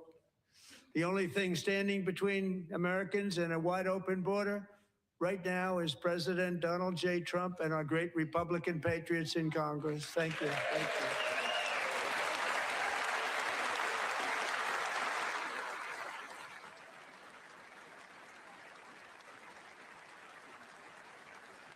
As we speak, Democrats in this chamber have cut off all funding for the Department of Homeland Security. It's all cut off. It's all cut off.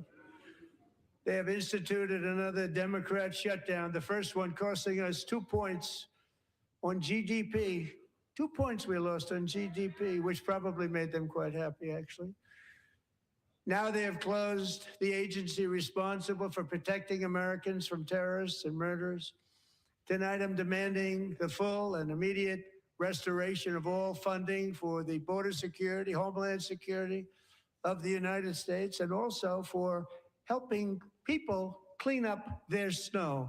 We have no money because of the Democrats, and it would be nice. We'd love to give you a hand at cleaning it up, but you gave no money. Nobody's getting paid. It's a shame. So you have to think about it. We have, in case you didn't know, pretty large snowstorm out there. One of the great things about the State of the Union is how it gives Americans the chance to see clearly what their representatives really believe. So tonight, I'm inviting every legislator to join with my administration in reaffirming a fundamental principle. If you agree with this statement, then stand up and show your support. The first duty of the American government is to protect American citizens, not illegal aliens.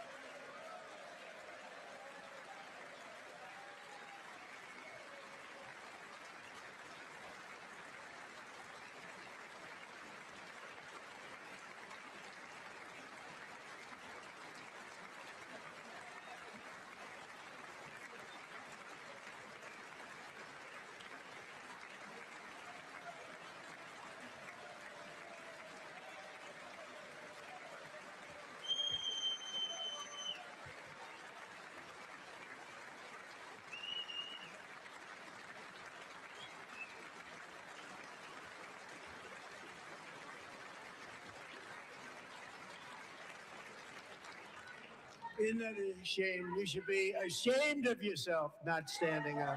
You should be ashamed of yourself. That is why I'm also asking you to end deadly sanctuary cities that protect the criminals and enact serious penalties for public officials who block the removal of criminal aliens. In many cases, drug lords, murderers all over our country. They're blocking the removal of these people out of our country, and you should be ashamed of yourself.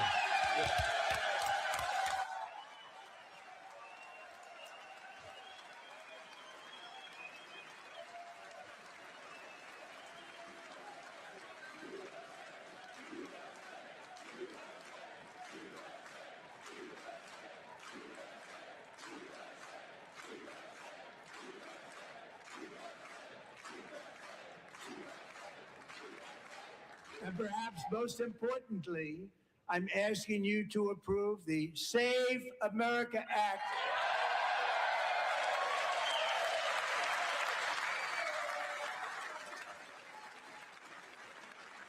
To stop illegal aliens and others. That's normal. Nothing odd with this. That's a normal expression that people make. You know, his face doesn't look like a like some sort of a children's doll or something that's come alive. I mean, like, where do they find these people, man? Like, I know who that is. That's Rick Scott. I'm pretty sure It is. Yeah. I could be wrong about that. I mean, ghouls, man. Like, it's crazy. Yeah, that's a shapeshifter for sure. If I ever It's seen wild. It's wild. I'm gonna go back. Yeah. Unpermitted persons from voting in our sacred American elections. That cheating is rampant in our elections. It's rampant. It's very simple. All voters must show voter ID.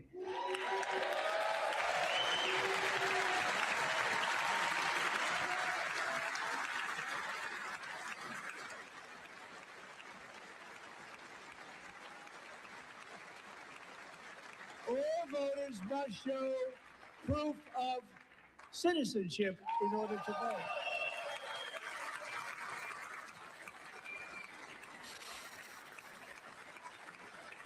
And no more crooked mail-in ballots except for illness, disability, military, or travel. None. And this should be an easy one. And by the way, it's polling at 89%, including Democrats, 89%.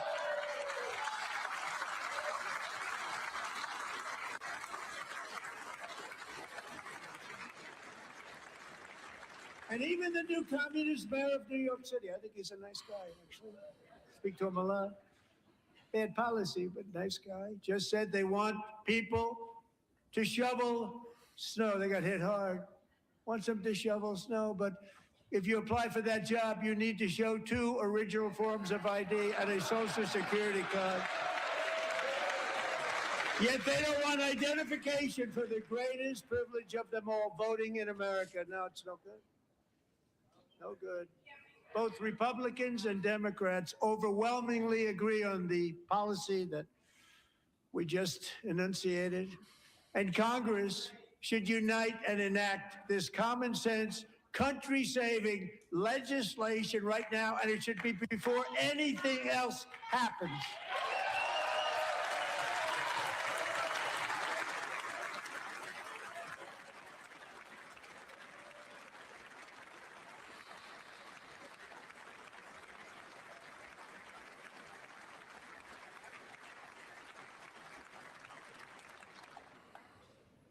And the reason they don't want to do it, why would anybody not want voter ID? One reason, because they want to cheat. There's only one reason. They make up all excuses. They say it's racist. They come up with things you almost say, what imagination they have. They want to cheat. They have cheated. And their policy is so bad that the only way they can get elected is to cheat. And we're going to stop it. We have to stop it, John.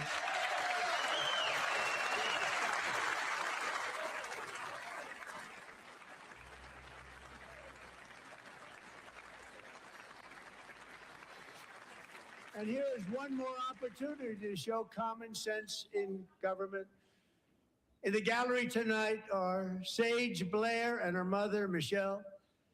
In 2021, Sage was 14 when school officials in Virginia sought to socially transition her to a new gender, treating her as a boy and hiding it from her parents. Hard to believe, isn't it?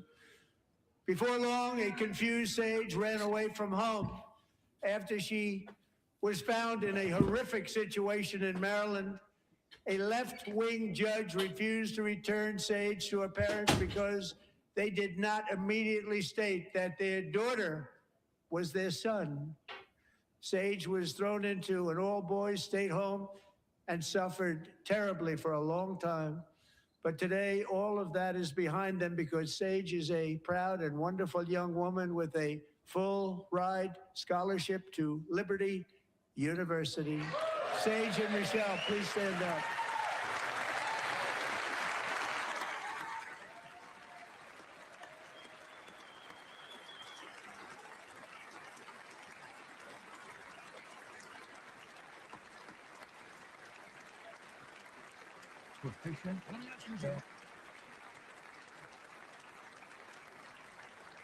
And thank you for your great bravery. And who can believe that we're even speaking about things like this? 15 years ago, if somebody was up here and said that, they'd say, what's wrong with him? But now we have to say it because it's going on all over numerous states without even telling the parents. But surely we can all agree no state can be allowed to rip children from their parents' arms and transition them to a new gender against the parents' will. Who would believe that we're even talking about this? We must ban it, and we must ban it immediately.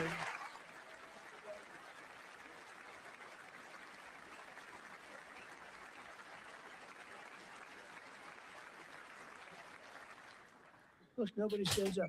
These people are crazy. I'm telling you, they're crazy.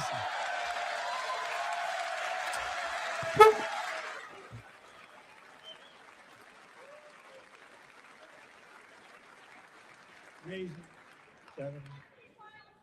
Boy, oh boy. We're lucky we have a country. With people like this, Democrats are destroying our country, but we've stopped it just in the nick of time, didn't we?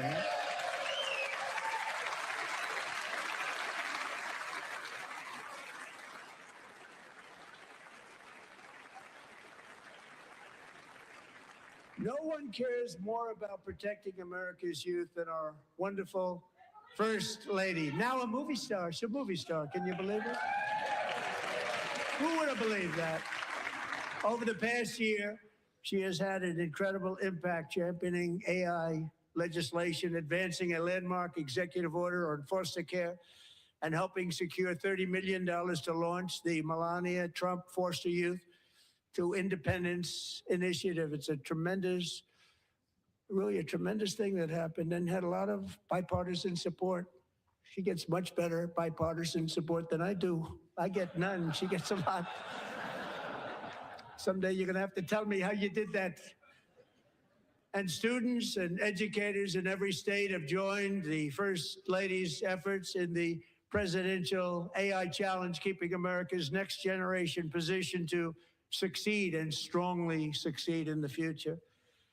Tonight, we welcome 2 young people whose lives reflect the First Lady's impact, Sierra Burns and Everest Nevermont. Thank you both, and Melania, thank you. I know how hard you worked on it. Thank you very much.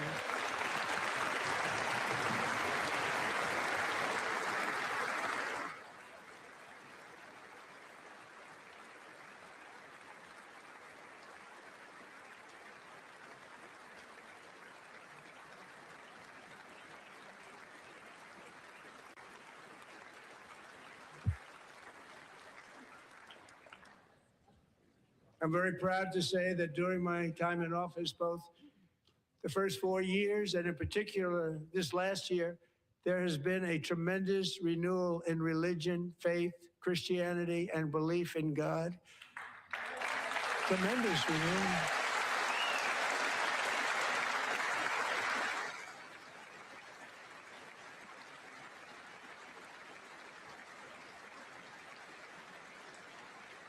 This is especially true among young people, and a big part of that had to do with my great friend, Charlie Kirk, a great guy, great man.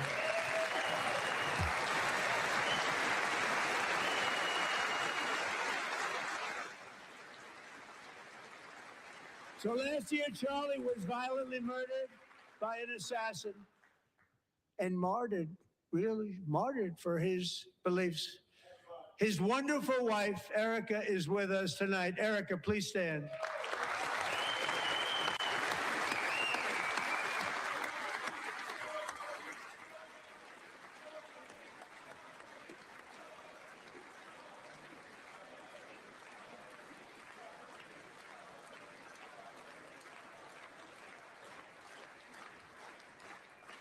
Thank you, Erica. Been through a lot. In Charlie's memory, we must all come together to reaffirm that America is one nation under God, and we must totally reject political violence of any kind.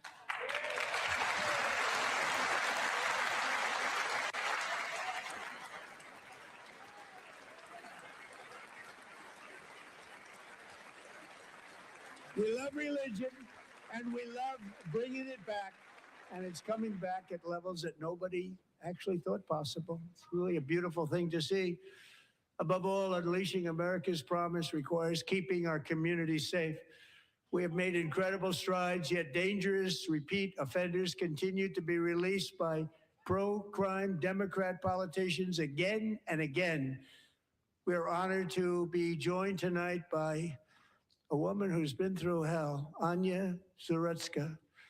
In 2022, she and her beautiful daughter, so beautiful, what a beautiful young woman, Irina, fled war-torn Ukraine to live with relatives near Charlotte, North Carolina. And by the way, what's going on with Charlotte?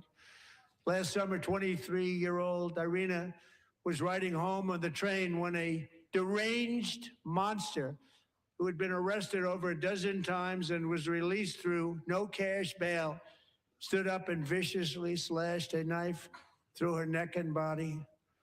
No one will ever forget there were people on that train. No one will ever forget the expression of terror on Irina's face as she looked up at her attacker in the last seconds of her life. She died instantly. She had escaped a brutal war only to be slain by a hardened criminal, set free to kill in America, came in through open borders. Mrs. Zaretsky, tonight I promise you we will ensure justice for your magnificent daughter, Irina.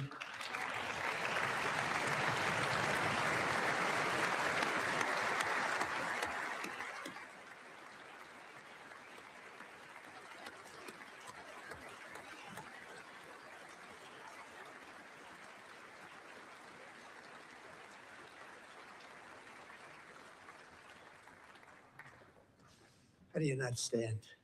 How do you not stand?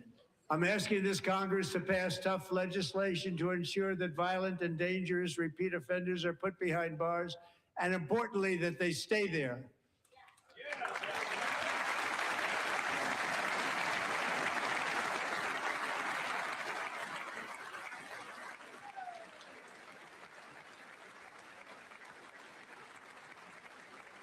Starting last summer, I deployed our National Guard and federal law enforcement to restore law and order to our most dangerous cities, including Memphis, Tennessee, big success, New Orleans, Louisiana, big success, and our nation's capital itself, Washington, D.C., where we have almost no crime anymore in Washington, D.C. How did that happen?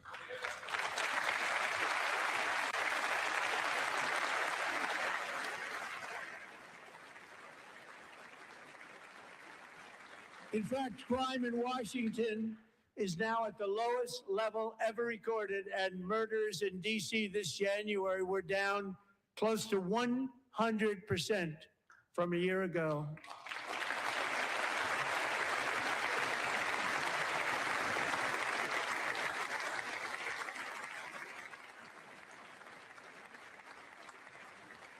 They don't like to hear that.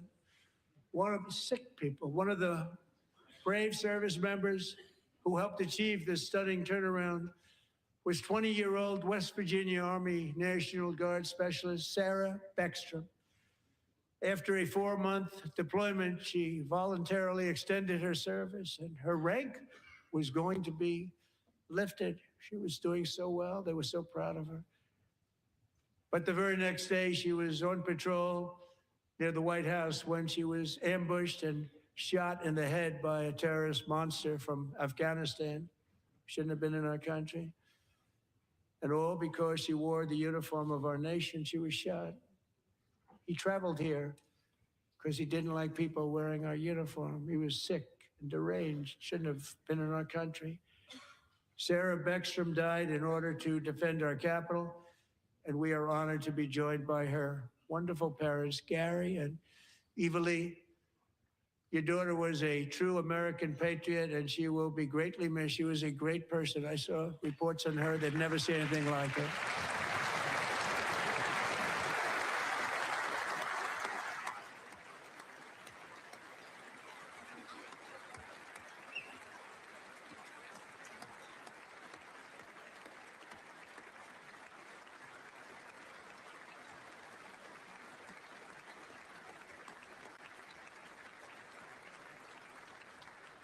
So sorry. Thank you very much. A great young lady. I saw reports that were like, perfect. She was perfect. Serving alongside Sarah that day was Staff Sergeant Andrew Wolf. The terrorist shot Andrew in the head, and no one thought he could possibly make it. The two of them, Sarah and Andrew, both shot violently in the head. Neither was expected to make it. They weren't even given a chance, except his wonderful mother, named Melody, who I spoke to the same night. And she was so positive. The doctors thought that Andrew was gone.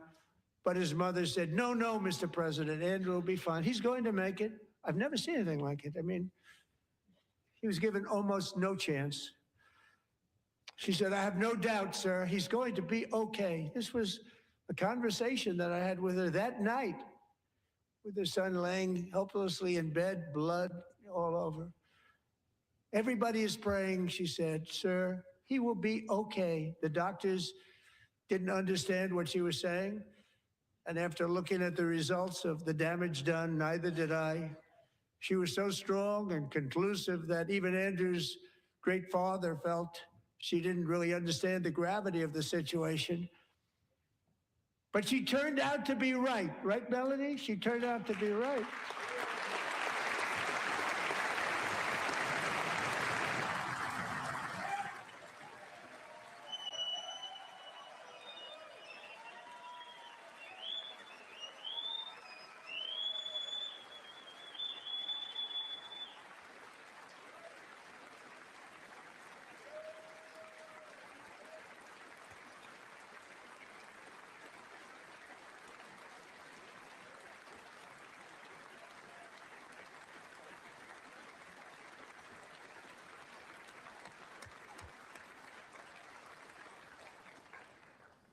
Amazing, actually. I said, where does this woman come from? She's the most positive person I've ever met. With God's help, Andrew has battled back from the edge of death, and we're talking about the edge of death, on his way to a miraculous recovery. He's got a little work to do, but he's doing great. Nice to see you. He's a good-looking guy. Nice to see you. Thanks, Andrew. Thank you very much.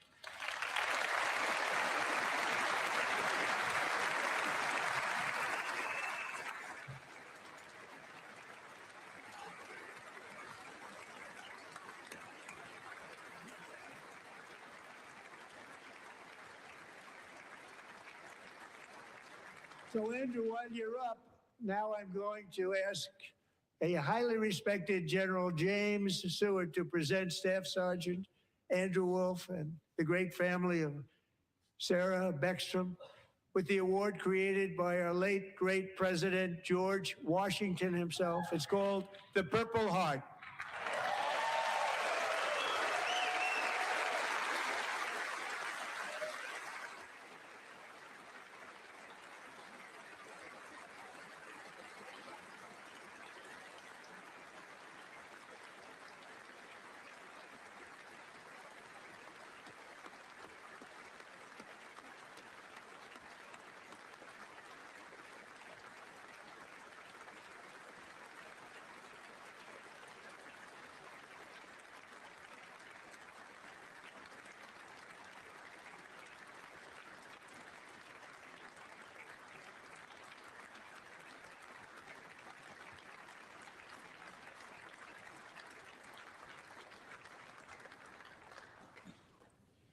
We love you all.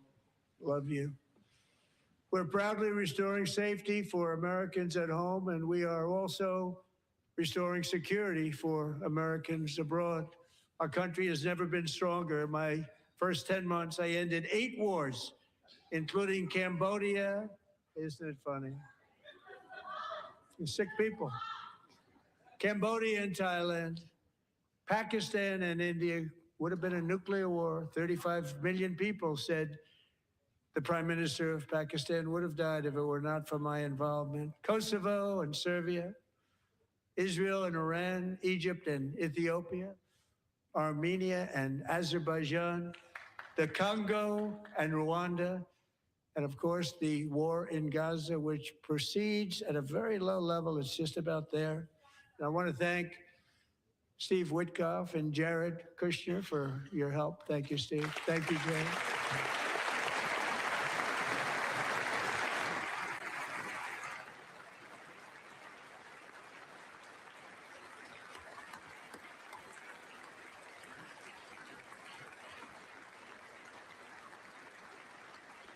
And I also want to thank the man they report to, Secretary of State Marco Rubio. Thank you, Marco.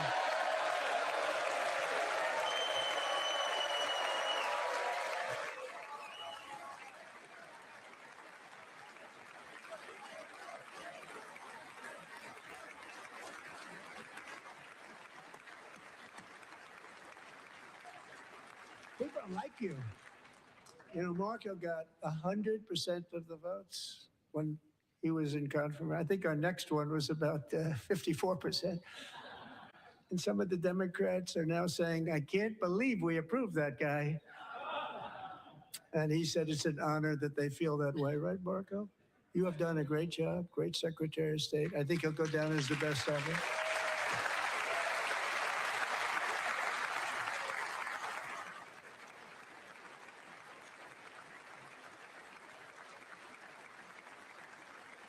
Under the ceasefire I negotiated, every single hostage, both living and dead, has been returned home. Can you believe that?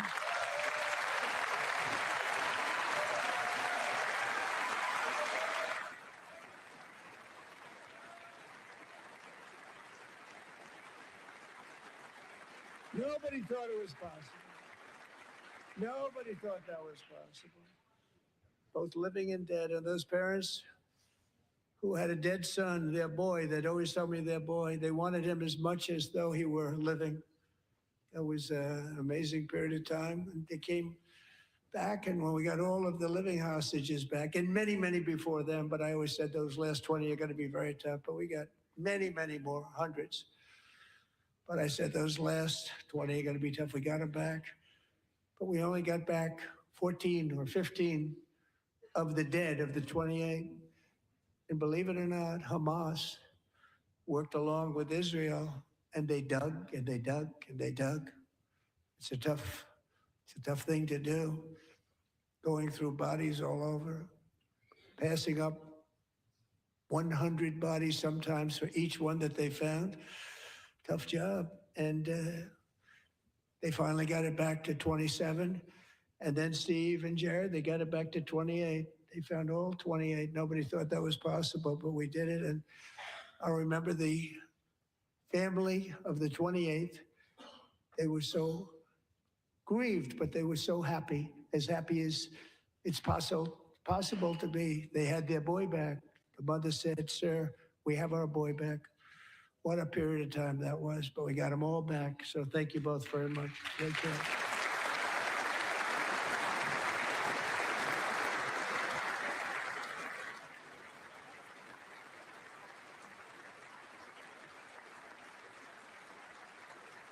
And we're working very hard to end the ninth war, the killing and slaughter between Russia and Ukraine, where 25,000 soldiers are dying each and every month. Think of that, 25,000 soldiers are dying a month.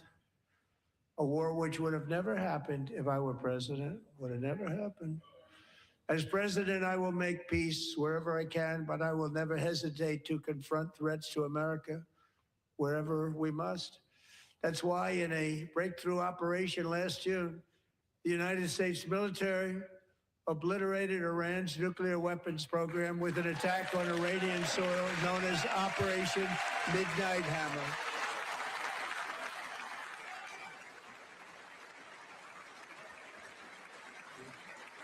Good.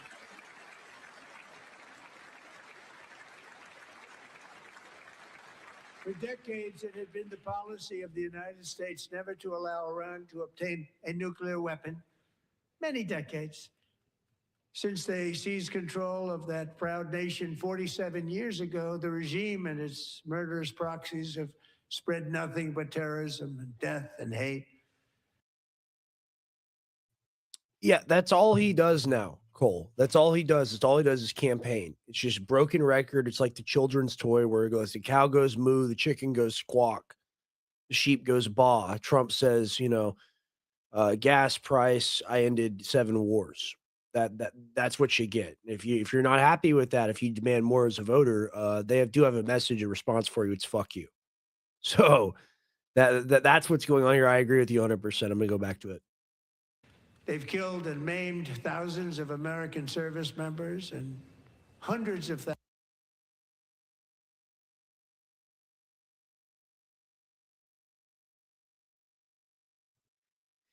I'm sorry, but Midnight Hammer is such a gay operation name. Yeah, I it's a little too much for sure.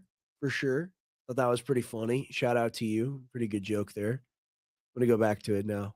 thousands and even millions of people with what's called roadside bombs. They were the kings of the roadside bomb.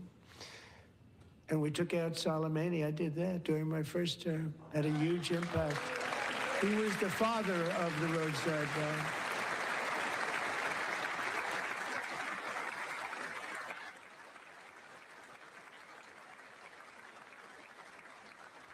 And just over the last couple of months with the protests, they've killed at least, it looks like 32,000 protesters, 32,000 protesters in their own country.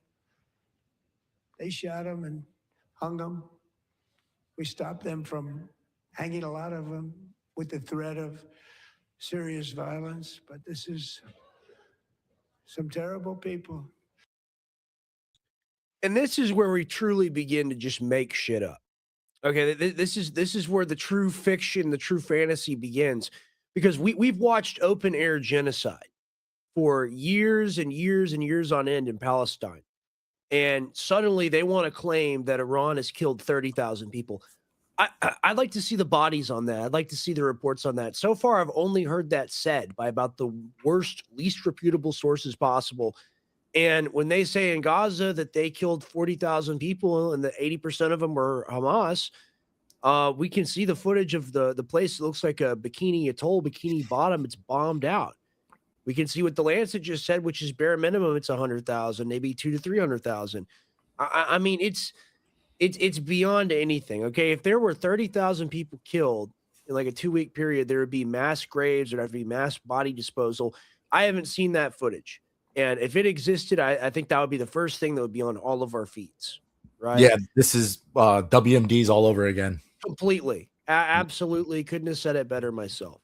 It's a complete clown show. It's being done deliberately to try to mislead the public. We'll play it again. They've already developed missiles that can threaten Europe and our bases overseas, and they're working to build missiles that will soon reach the United States of America. After Midnight Hammer, they were warned to make no future attempts to rebuild their weapons program, and in particular, nuclear weapons. Yet they... And see, now the parameters are being widened. It's not just the nuclear weapon. It's just the ballistic missiles in general. They can't have anything. And what someone does to provoke a fight with you is they raise the standards over and over and over again to where, like, you have a boss, you're trying to do a good job for the boss. Boss is like, nope, you messed up here, you messed up there. No matter what you do, you're doing a bad job. That's exactly how we get treated. That's exactly what happens to us. What do you think? I think that honestly, like, this is just a gaslighting campaign for us to go to war. Like this whole entire Quite speech, an extreme one too. It's because they make you ignore what you've already seen. Because there are people we should be liberating. You know, it's just they don't live in Iran; they live in Palestine. He's also like using Bibi's talking points, talking about that they're making missiles that could reach America. No, they're not. No, they don't. Like, they don't want to use them on us. Ayatollah wakes up and thinks about drinking your blood, American. That's the problem. And meanwhile, like it's something else entirely. I totally agree. And it's just like we love our bad guy villains, and that's why like our mission is we cannot have a secular democracy in the Middle East. We can't do it because we need someone to point at and go, oh, that's the evil terrorist. We got to kill him. That's the infinite money hack for the military-industrial complex. For sure. Yeah, but I'll play it. Continue starting it all over. We wiped it out, and they want to start all over again. And are at this moment again pursuing their sinister ambitions. We are in negotiations with them. They want to make a deal, but we haven't heard those secret words. We will never have a nuclear weapon. My preference...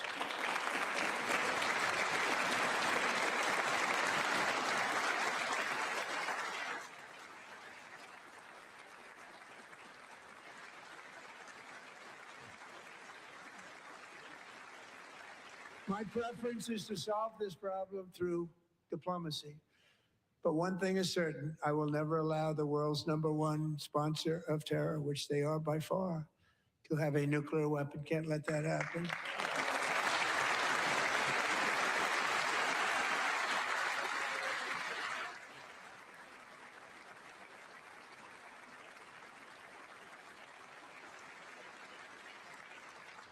and no nation should ever doubt America's resolve.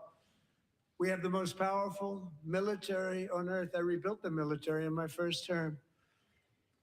We're going to continue to do so. Also, we just approved a $1 trillion budget. We have no choice. We have to be strong because hopefully we will seldom have to use this great power that we built together. It's really called Peace Through Strength, and it's been very, very effective.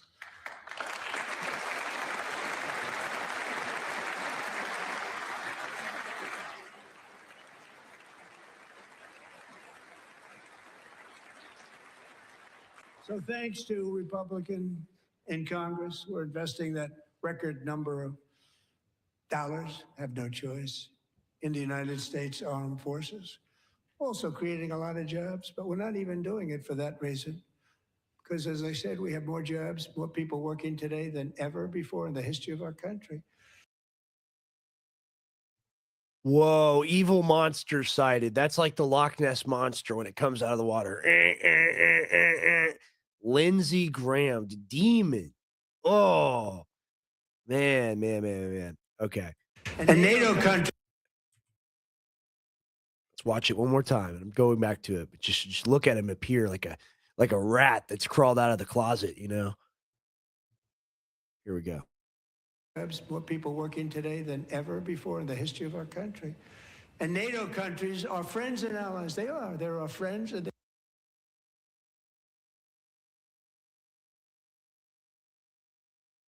Hold on.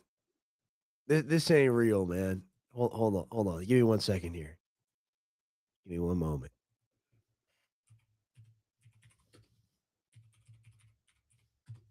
This can't be happening right now. This is hilarious. No way. Man, he really does look like, oh, come on. Why is the image got to be so small? Control plus. Yeah. So we got this. Oh man. We got this, and then we got this. Oh, yeah. The same. What's going on? I mean, Evil like they people, man. look like movie villains, dude. Like he looks like he's rotting from the outside, like outside in, not inside out. Yeah. Dude, Yeah, that's bad. That's bad. Dude, come on, man. Like at his people in teeth. South Carolina, you keep electing this guy. Like this, you keep putting this guy in office over and over and over again. And we already went over. They're like top 10 in the nation boomer population, but still, I mean, what? Whoa. Like, you know, that's a big one right there. That's a big demon. We don't always see those, you know? That's not no small or medium size. Like the one that's operating him is like 3 stories tall. It's crazy, dude. Look, like he looks like he's 90 years old. Yeah, this is bad. This is Liver horrible. spots. Yeah, but all right, I'm just gonna play it. Sorry for that, guys. We'll play it. It's hilarious. there are allies have just agreed at my very strong request to pay 5% of GDP. I mean, come on, man. We're all seeing the same stuff here, right? I mean, wow. I'm sorry, I'm playing it for real. GDP for military defense rather than the 2%, which they weren't paying. We were paying for almost all of them. Now they're paying 5 as opposed to not paying 3.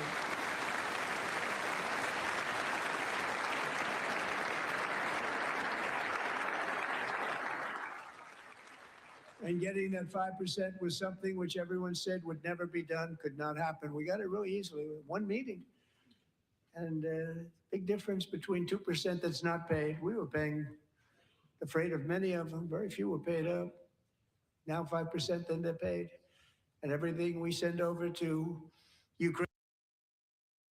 I mean, just look at our politicians. Look at our political class. Her face looks like it's about to fall off. And I know she's an old lady. And I get that most of them are plastic anyway, like at that age and that profession. Like if you're going to be a congresswoman, like Dianne Feinstein was literally like the mummy before she died. So I mean, left or right, like you say, it's 2 wings on the same bird. Like, whoa, dude, like he's just like, this ain't real. Like she ain't sentient at this point. She's just a machine that stock trades and steals and declares war. Like. I mean, come on, man. I'm sorry for pausing, and I know people are here to listen to Trump talk about how great the country is, but like this is like a zombie movie, right? Look at her pin. Release the files. Like she really Yeah, that's cares. good. You know, even if it's politically motivated and they're just trying to grift off of it, it's fine. But she dead. Like someone else put that on her. She can't do this. She can't make her arm go up here. She lost that ability like 15 years ago. Like they wheel her out. They wheel all of them out. Like they're refrigerated. Like they say the fighters at the UFC Apex, they're refrigerated. They take them out of the cryostasis to battle. Like that's what happens with these people. It's crazy. It's man. crazy. I'm sorry. It's hilarious. Yeah, I mean, humor's the only way to take away their power. That's why we try to make light of it. It's just really disturbing. True. Is sent through NATO and they pay us in full. They pay us totally in full. Every branch of our armed forces is setting records for recruitment. This is so exciting. And every service member recently.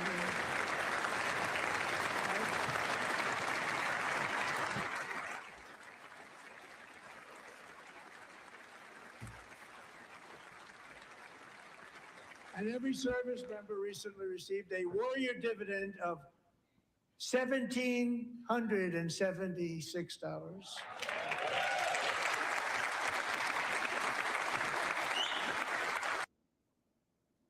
We have to play it because it's the news. And I have to say, I've watched it all. That's the rule. Them's the rules. That's what being a journalist or a reporter or a pundit is. You have to know the material.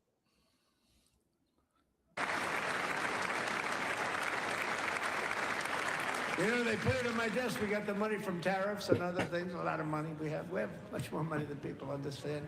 Have to rebuild that program a little bit, but it won't take long. But we got the money, and it was $1,775, and they wanted my approval. And I said, what's the number? $1,775. I said, wait a minute, for $1 more, we can have $1,776. It's going to... I said, we're going to figure that out. I never asked anybody if we could afford it. $1 more, I said $1,776. See, in the commercialization of like the slogans and the like rallying cries that people used to really believe in, and people still do really believe in those things and the spirit of them and all of it. But the way everything's been turned into a bumper sticker is crazy. Like, Yeah. if we round it up, people, the chuds will like it. They'll enjoy it. There's like, it's wow. There's a double entendre here as well, because what he's doing is he's saying 17. He's like prominently saying that because 17 is connected to the Q stuff. It's the 17th letter. So every time the Q people hear the number 17, they think that they're still in the plan. Wow. Okay. Yeah, it's I deep wasn't rooted. aware of that. It's deep rooted. Yeah. Wow. Yeah, Yeah. it's all like, of course, like any president would have a speechwriter write all of them do. I'm not saying that that's crazy. Okay, it comes with the territory. You can't possibly prep everything yourself. But you go up there and everything is like plotted out to target the American people in various ways to like hypnotically brainwash them and to give them the propaganda.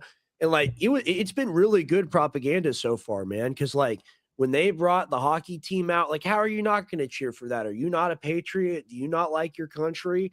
And he's able to parlay that into some of his worst topics, like talking about the economy, like where he's really struggling, but he made it sound all hokey and cute, right? So now we're into kind of meat and potato stuff. And look at him. Look at just still shots tell you 1,000 words. Okay, look at the shit-eating grin on Mike Johnson. Look at that. He's like, yeah, our boy's out there performing tonight. He's got him doing what he wants him to do. And you look at JD and he's like, when will my time come as successor? I will one day rule. It will be my planet, my Arrakis, my dude. Then Trump's like, I just like to talk into the microphone. It's fun for me. I've always enjoyed it. I'm kind of a podcaster myself, if you think about it. Like this is what's going on. Like I don't think that's crazy to say. No, it's like, not. I think it's all. just apparent because like that's the situation they're in. That's who they are. It's crazy, man. What do you think? I think that you just hit the nail on the head. Like you could just see Mike Johnson is following the orders and Trump is just their seal. You know, just out there, just performing for everybody. Well, they're working as a unit, and that's that Reagan deal I talk about, where Trump gets in the second time he fights, he battles. Maybe some of it's legitimate. I know me and you disagree a little bit on that. Whatever. He gets in, and they're like, "Look, we can't believe you survived, and like, congratulations. Here's the gold medal. We'll let you remake the party in your image." Kind of a Reagan deal. You like that, right? Yeah, Ronald Reagan's pretty tremendous. He's saying I can be like him. Oh, you can be better than him, Mr. President. We're going to get 100% behind you. Here's the thing, though. We're going to go to war with Iran to defend Israel's interests in the Levant. We're going to do it, and you're going to support it. Well, I said no new wars. We're going to sell Ukraine to BlackRock and to Larry Fink. You're not going to end that. But I said I ended it. It doesn't matter, Mr. President. It doesn't matter. Do I still get to talk to people when they like me? They'll like you even more. I'll do it. And like that's what do you think, man? That's where we are, in my opinion. Oh, yeah, for sure. I mean, he's literally saying like, I stopped 9 wars, but then trying to stroke the flames of the greatest war probably ever to happen. It's wild. It's insane. It's wild. Crazy gaslighting. Man, maybe we got to give him the peace prize. Maybe that'll make him stop. Maybe it's like a thing like you get it, and then you realize you don't want it, and then there's a lesson in there. I don't know. We'll play more of it. It's just that this is a great image. Like if you look at everything that's going on with the Republican Party, it's right here. True, very true. Good still. Wow. And I said, that's good. And I'll tell you what, our military, that was 4 months ago, our military, I never see a person in the military that doesn't thank me for it, so we're honored to do it. They deserve it. And we call it 1776. It was great. And we love our military. We love our law enforcement. We love our firemen. The firemen don't get mentioned enough. We love our firemen. We're also...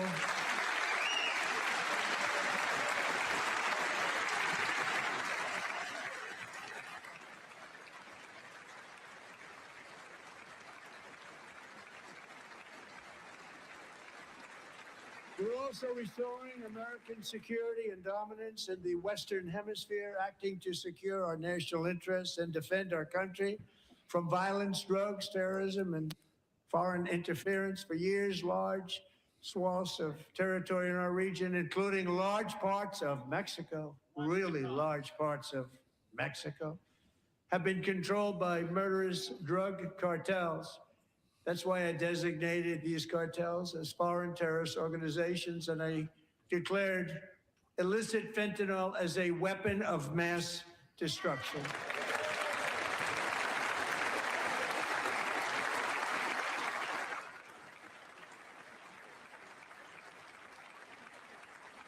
And with our new military campaign, we have stopped record amounts of drugs coming into our country and virtually stopped it completely coming in by water or sea. You probably noticed that. We very seriously damaged their fishing industry also. Nobody wants to go fishing anymore. We've also taken down one of the most sinister cartel kingpins of all. You saw that yesterday. In January,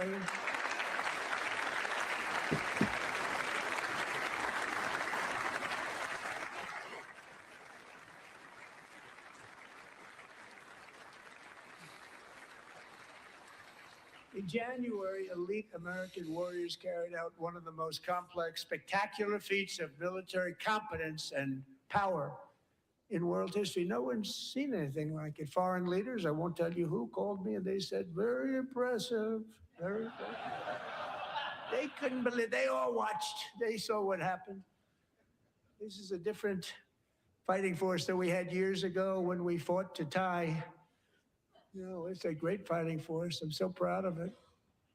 Look at Space Force. Space Force is my baby. Because we did that.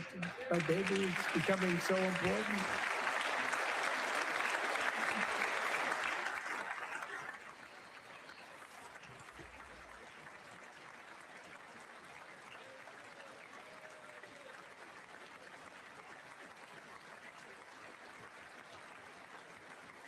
And America's armed forces overwhelmed all defenses and utterly defeated an enemy, good fighters, to end the reign of outlaw dictator Nicolas Maduro and bring him to face American justice.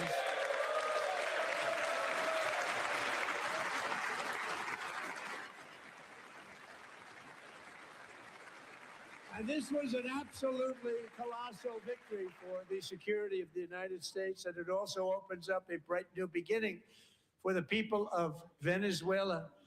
We're working closely with the new president of Venezuela, Delcy Rodriguez, to unleash extraordinary economic gains for both of our countries and to bring new hope to those who have suffered so terribly. They really did suffer. With us tonight is Alejandro Gonzalez. She grew up in a tight-knit Venezuelan family and was especially close to her beloved uncle Enrique. But after Enrique ran for office and opposed Maduro, he was kidnapped by Maduro's security forces and thrown into the regime's really infamous prison in Caracas. Alejandro feared she would never see her uncle again. She feared for her own life also. But since the raid, we have worked with the new leadership, and they have ordered the closure of that vile prison and released hundreds of political prisoners already, with more to come. Alejandro, I'm pleased to inform you that not only has your uncle been released, but he is here tonight. We brought him over to celebrate his freedom with you in person. Enrique, please come down.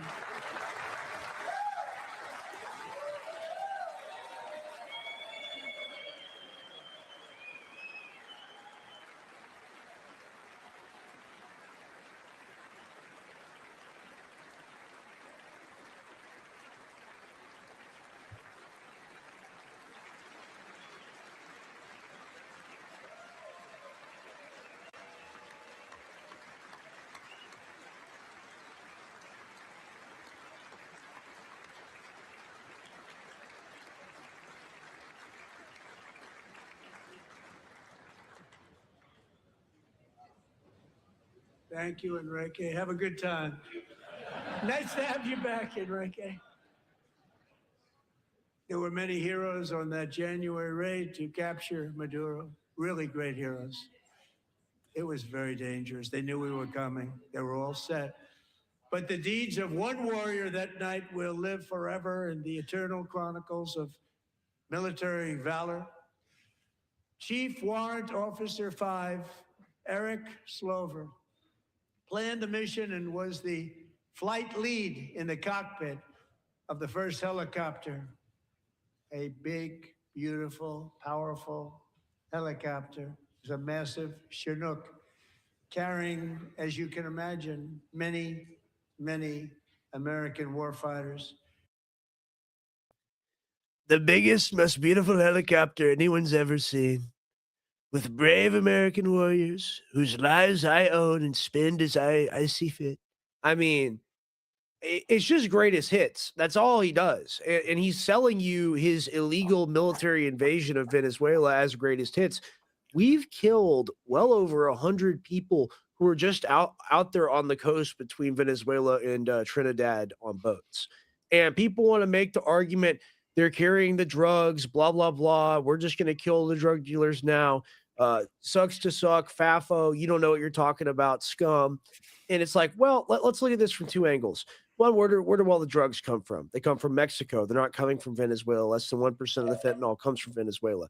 Number 2 point, when we look at this situation, we pull over people in submarines, okay?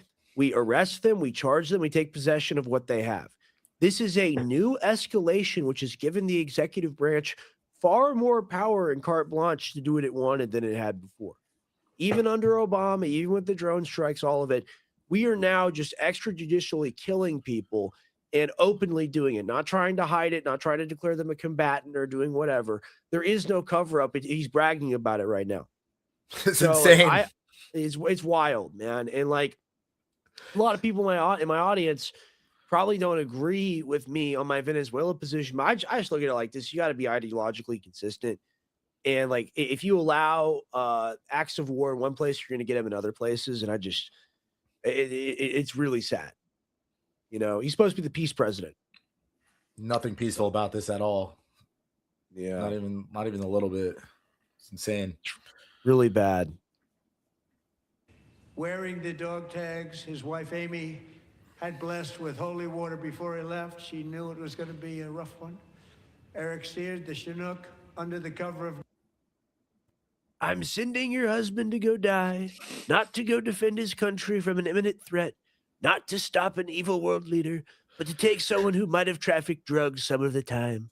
And he may die, he may bleed out in Caracas or whatever the place is called. I forget the name of it. But he may die there, but it's okay.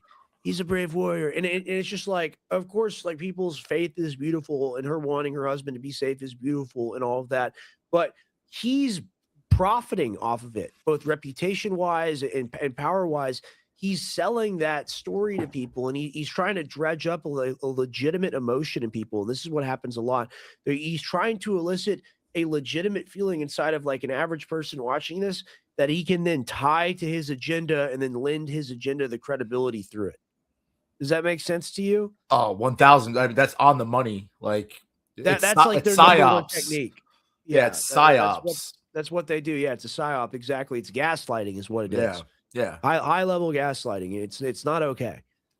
Night and descended swiftly upon Maduro's heavily protected military fortress. This was a major military installation protected by thousands of soldiers and guarded by Russian and Chinese military technology. How did that work out? Not too good. While preparing to land, enemy machine guns fired from every angle, and Eric was hit very badly in the leg and hip, one bullet after another. He absorbed 4 agonizing shots, shredding his leg into numerous pieces. And yet, despite the fact that the use of his legs was vital to successful helicopter flight, legs are the most important part of flying a helicopter, to deliver the many commandos who would capture and detain Maduro was the only thing Eric was thinking about. Then, even as he was gushing blood, which was flowing back down the aisle, helicopter lands at a steep angle. The machine gun stood right in front of him. They were right in front of him, 2 machine gunners who escaped the wrath of the previous planes. Eric maneuvered his helicopter with all of those lives and souls to face the enemy and let his gunners eliminate the threat. Turned the helicopter around so the gunners could take care of business, saving the lives of his fellow warriors from what could have been a catastrophic crash deep in enemy territory. Only after safely landing the helicopter with all the warriors aboard in the exact right spot, which was vital to the mission, probably would have had to maybe cancel the mission if that didn't happen. Eric told his co-pilot, also wounded, but not as gravely, to take over. I'm about ready to pass out.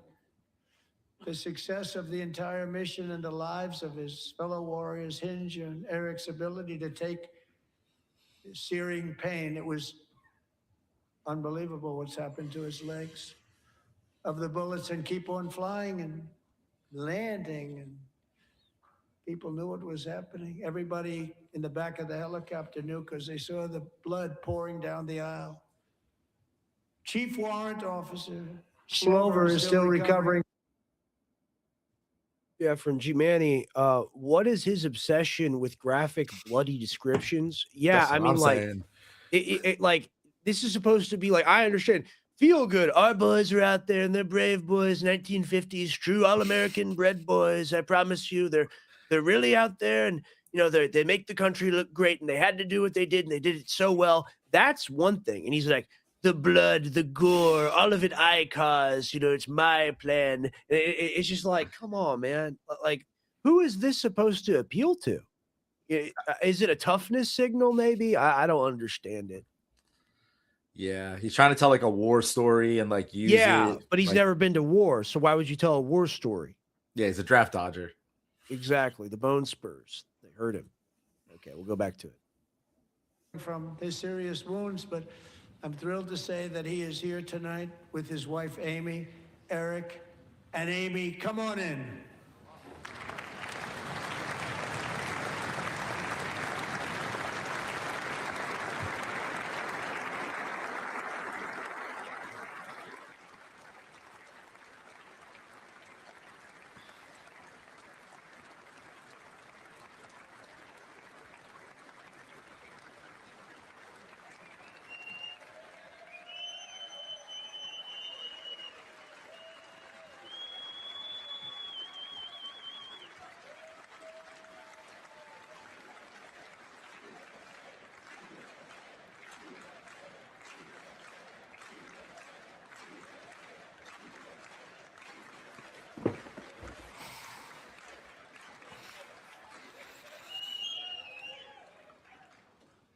So we have a surprise, Eric and Amy.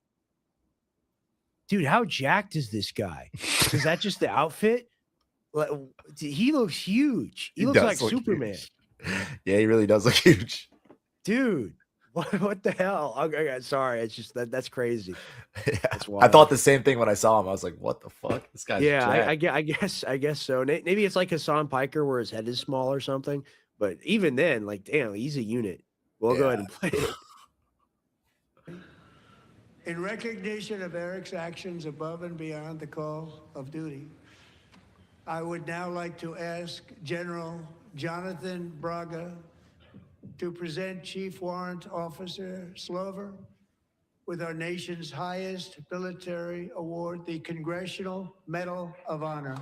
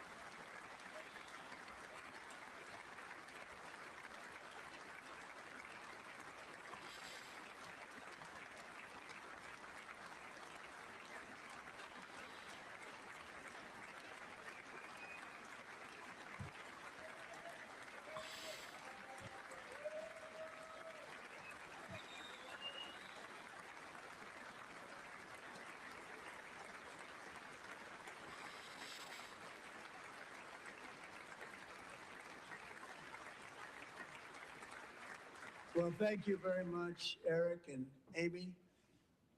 Great to get to know you. I met with them and with a lot of their fellow warriors at Fort Bragg recently.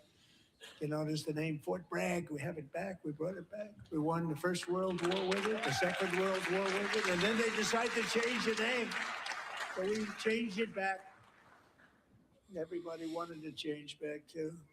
And 10 of Eric's fellow warriors from that incredible night of victory will also be receiving medals at a private ceremony that will soon be held at the White House. And Eric will be there.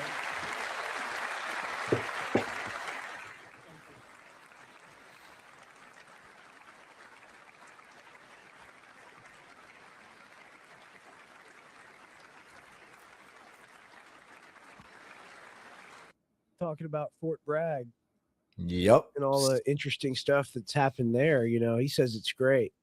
He says it's so awesome. We had to make sure the name change didn't go through. Yep. PSYOP City over there, man. Indeed. Indeed.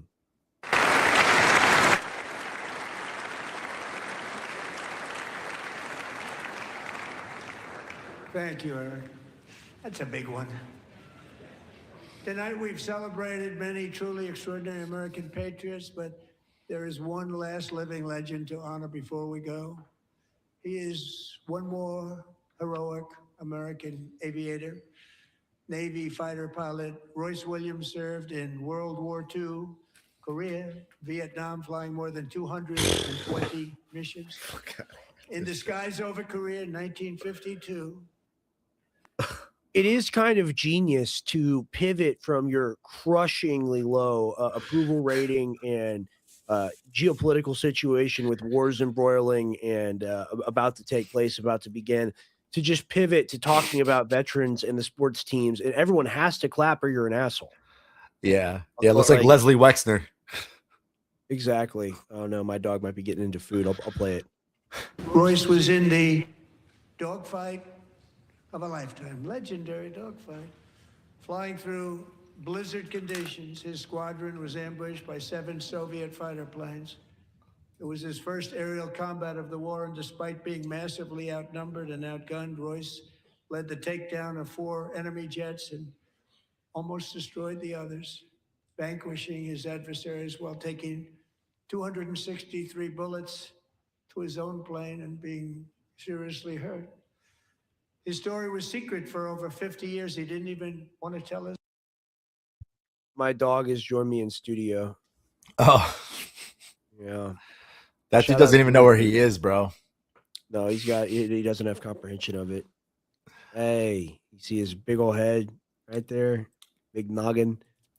We'll go back to it. Don't mean to disrespect this legend. This guy's very cool, but Trump's grifting off all these people. So Yeah, he doesn't even know where he is, this guy.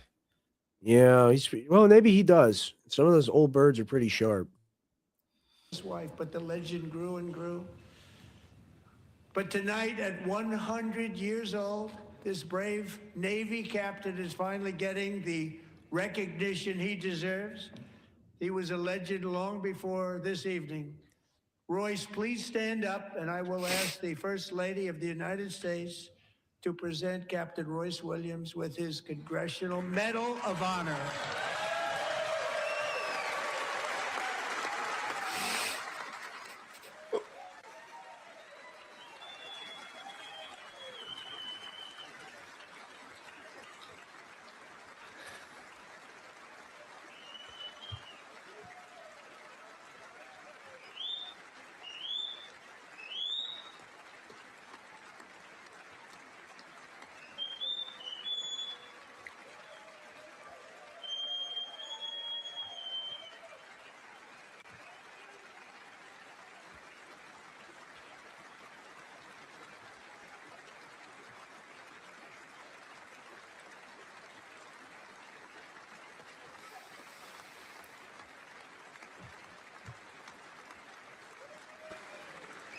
Yeah, good for this guy. Good for him.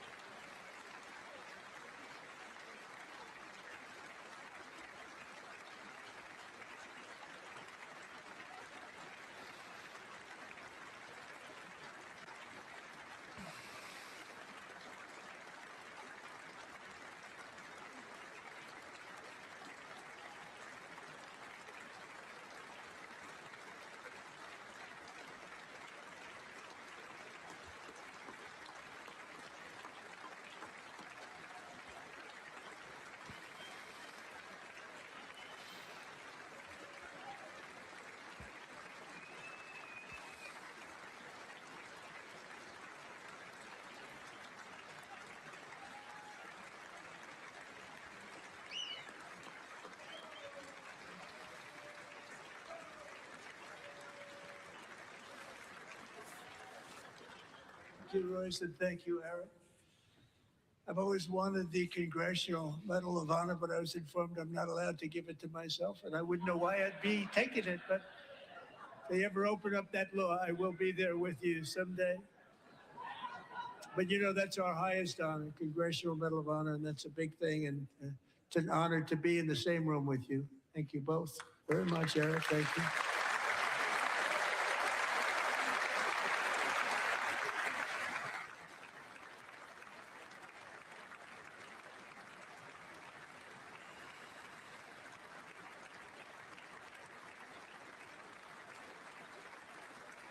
Thank you.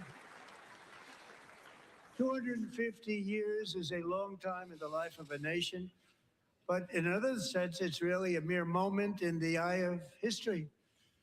Two of the gentlemen we met in the gallery this evening took their first breaths 1 century ago, 100 years before that, on July 4th, 1826, the author of the Declaration of Independence, brilliant, Thomas Jefferson, drew his last breath. Just a single long human lifespan separates the giants who declared and won our independence from the heroes who stand among us tonight. Everything our nation has done, everything we have achieved, has been the work of those few great lifetimes. In those brief chapters, Americans built this nation from 13 humble colonies into the pinnacle of human civilization and human freedom, the strongest, wealthiest, most powerful, most successful nation in all of history. Americans ventured out across the daunting and dangerous continent We carved paths through an unforgiving wilderness, settled a boundless frontier, and tamed the beautiful but very, very dangerous Wild West. From empty marshes and wide open plains, we raised up the world's greatest cities. Together, we mastered the world's mightiest industries, and shattered history's monstrous tyrannies, and we liberated millions from the chains of fascism, communism, oppression, and terror. Americans lifted humanity into the skies on the wings of aluminum and steel, and then we launched mankind into the stars on rockets powered by sheer American will and unyielding American pride. We wired the globe with our ingenuity. We captivated the planet with American culture. And now we are pioneering the next great American breakthroughs that will change the entire world. All of this and so much more is the enduring legacy, unmatched glory of the hardworking patriots who built and defended this country and who still carry the hopes and freedoms on all of humanity's backs. For years, they were forgotten, betrayed, and cast aside. But that great betrayal is over, and they will never be forgotten again. Because when the world needs courage, daring, vision, and inspiration, it is still turning to America. And when God needs a nation to work his miracles, he knows exactly who to ask. There is no challenge Americans cannot overcome, no frontier too vast for us to conquer, no dream too bold for us to chase, no horizon too distant for us to claim. No place too far away to bomb. No people we're not afraid to poison. No money we're not afraid to steal. It's over. Basically, it's over. The speech is basically over.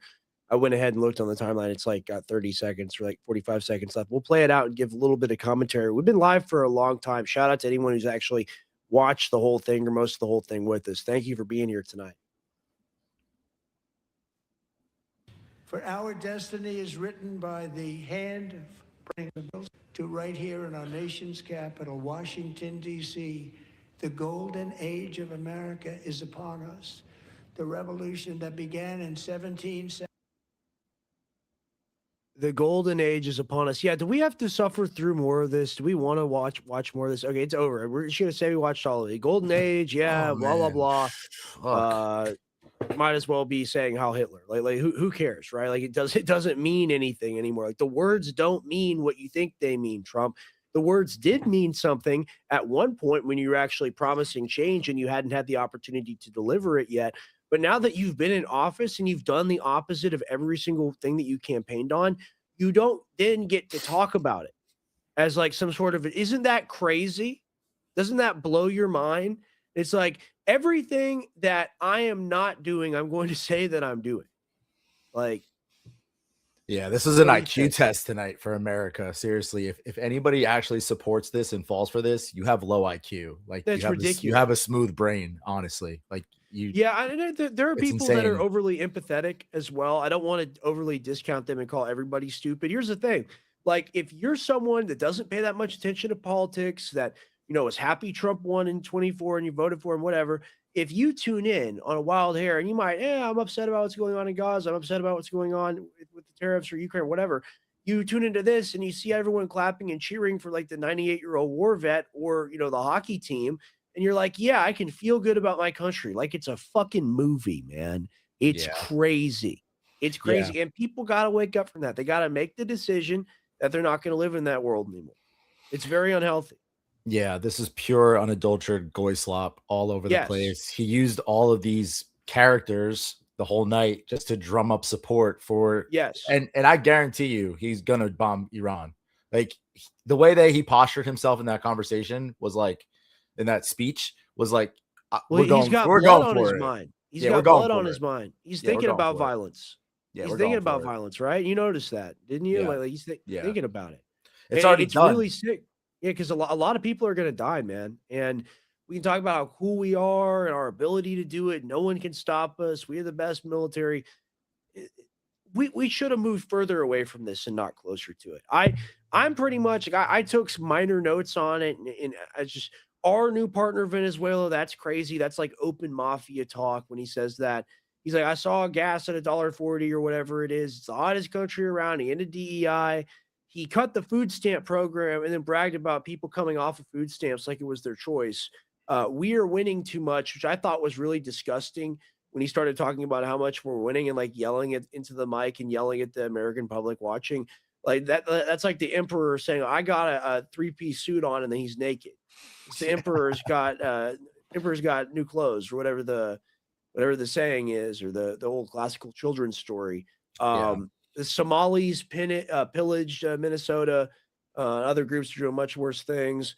The war on fraud, that was interesting when he declared the war on fraud with JD Vance leading that. You may have been bathroom break. No, I heard that. I heard that. Yeah, I you heard that. Like that's like, how did the war on drugs work out? It just seems like they encourage the process. So by saying a war on fraud, when you've got Lutnick and you've got Scott Bessent and you've got people betting against the tariffs because they know they're illegal and they're going to be struck down, and then profiting, making like ungodly billions. I think it's like $5 billion off of that one play.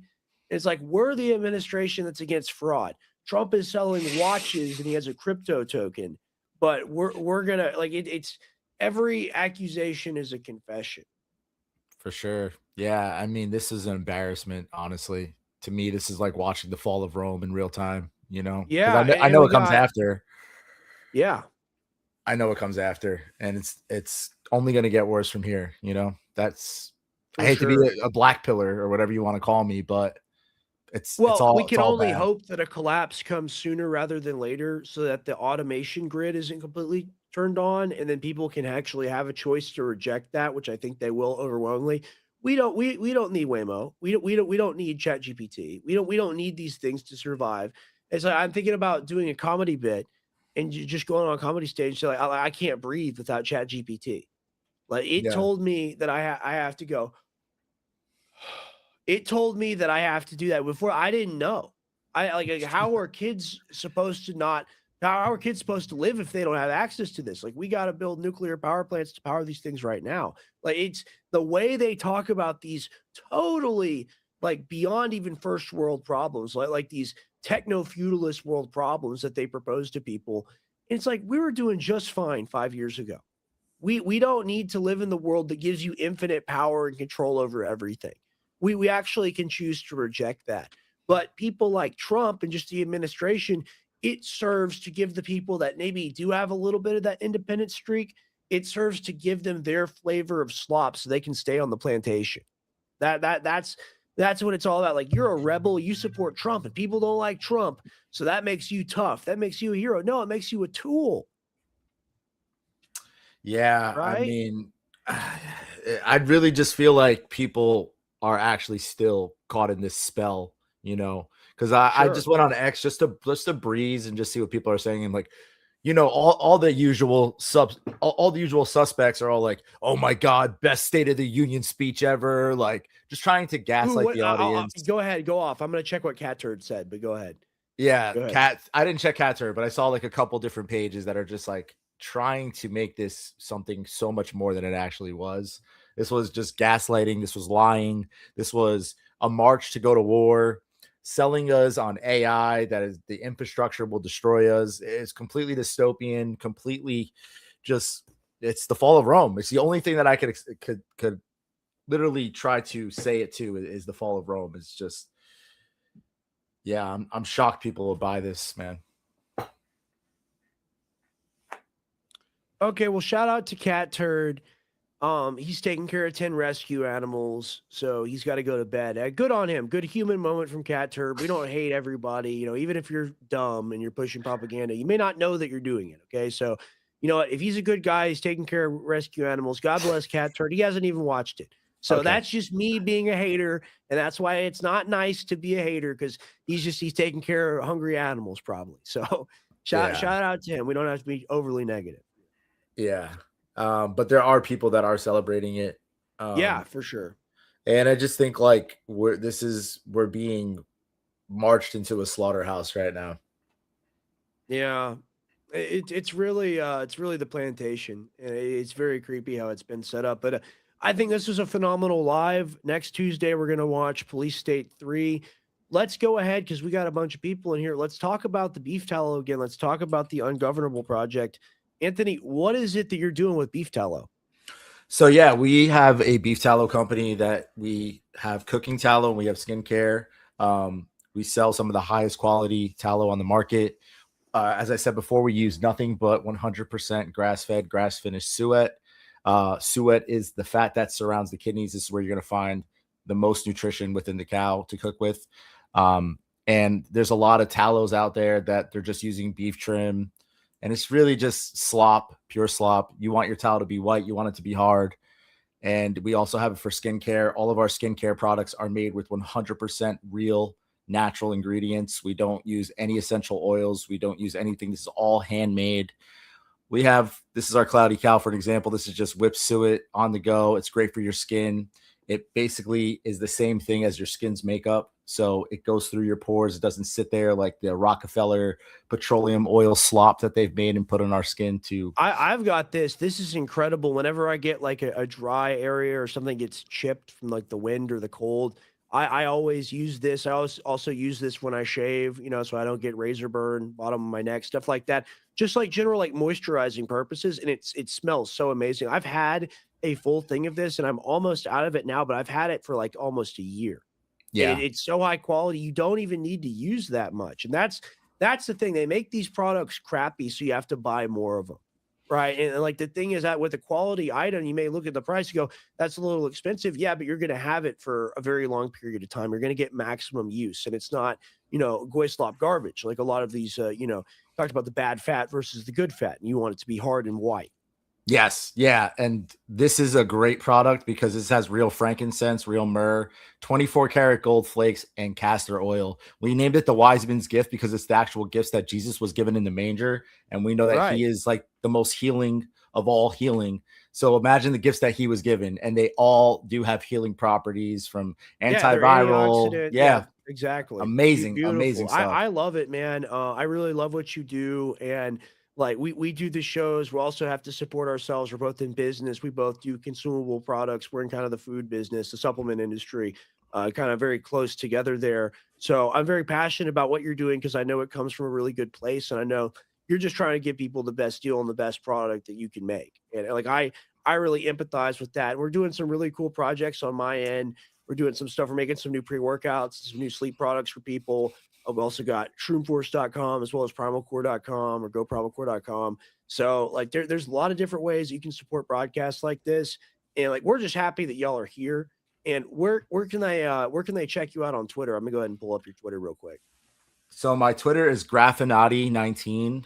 That's what I thought. I didn't want to mess it up. No, you're good. And then my Instagram is Anthony_Graffio777. The Ungovernable Project, all one word, is our tallow page. We also post on there. But yeah, it's another great show, another great conversation. It's sad that these times that we're living in are so sloppy, but we're here for the ride, Yeah, 100%. And we're grateful to everyone that's been here tonight. Of course, you can catch me Thursday and Sunday on the Main Gray Area show. I go live every day. A lot of those days are more chill days, just hanging out. But I made the commitment this year in 2026. I'm going to be live every single day this year. So whenever you want to catch up with me, I'll be live. But catch us every Tuesday. And we're going to make the channel. I'll tweet something out about it. If you enjoy me and Anthony chopping it up and reacting to these documentaries and these historical events happening in live time, Conspiracy Talks is going to be the place to be. So thank you all for being here tonight. Again, that's Graffinati19 on X, and then that's The Ungovernable Project. That's theungovernableproject.com for the highest quality tallow skincare and cooking products imaginable. Thank you, Anthony. God bless, Brex. Dude, I love you. Appreciate Love you too, man. Talk soon. See ya. Peace.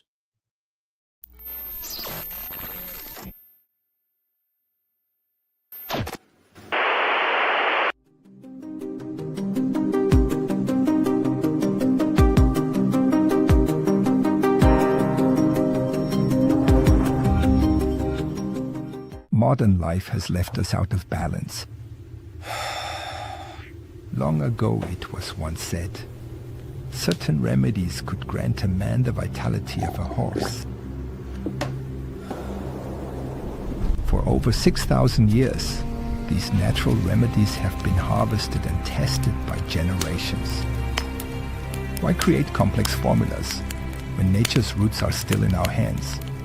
Try Primal Core, ancient remedies for modern life.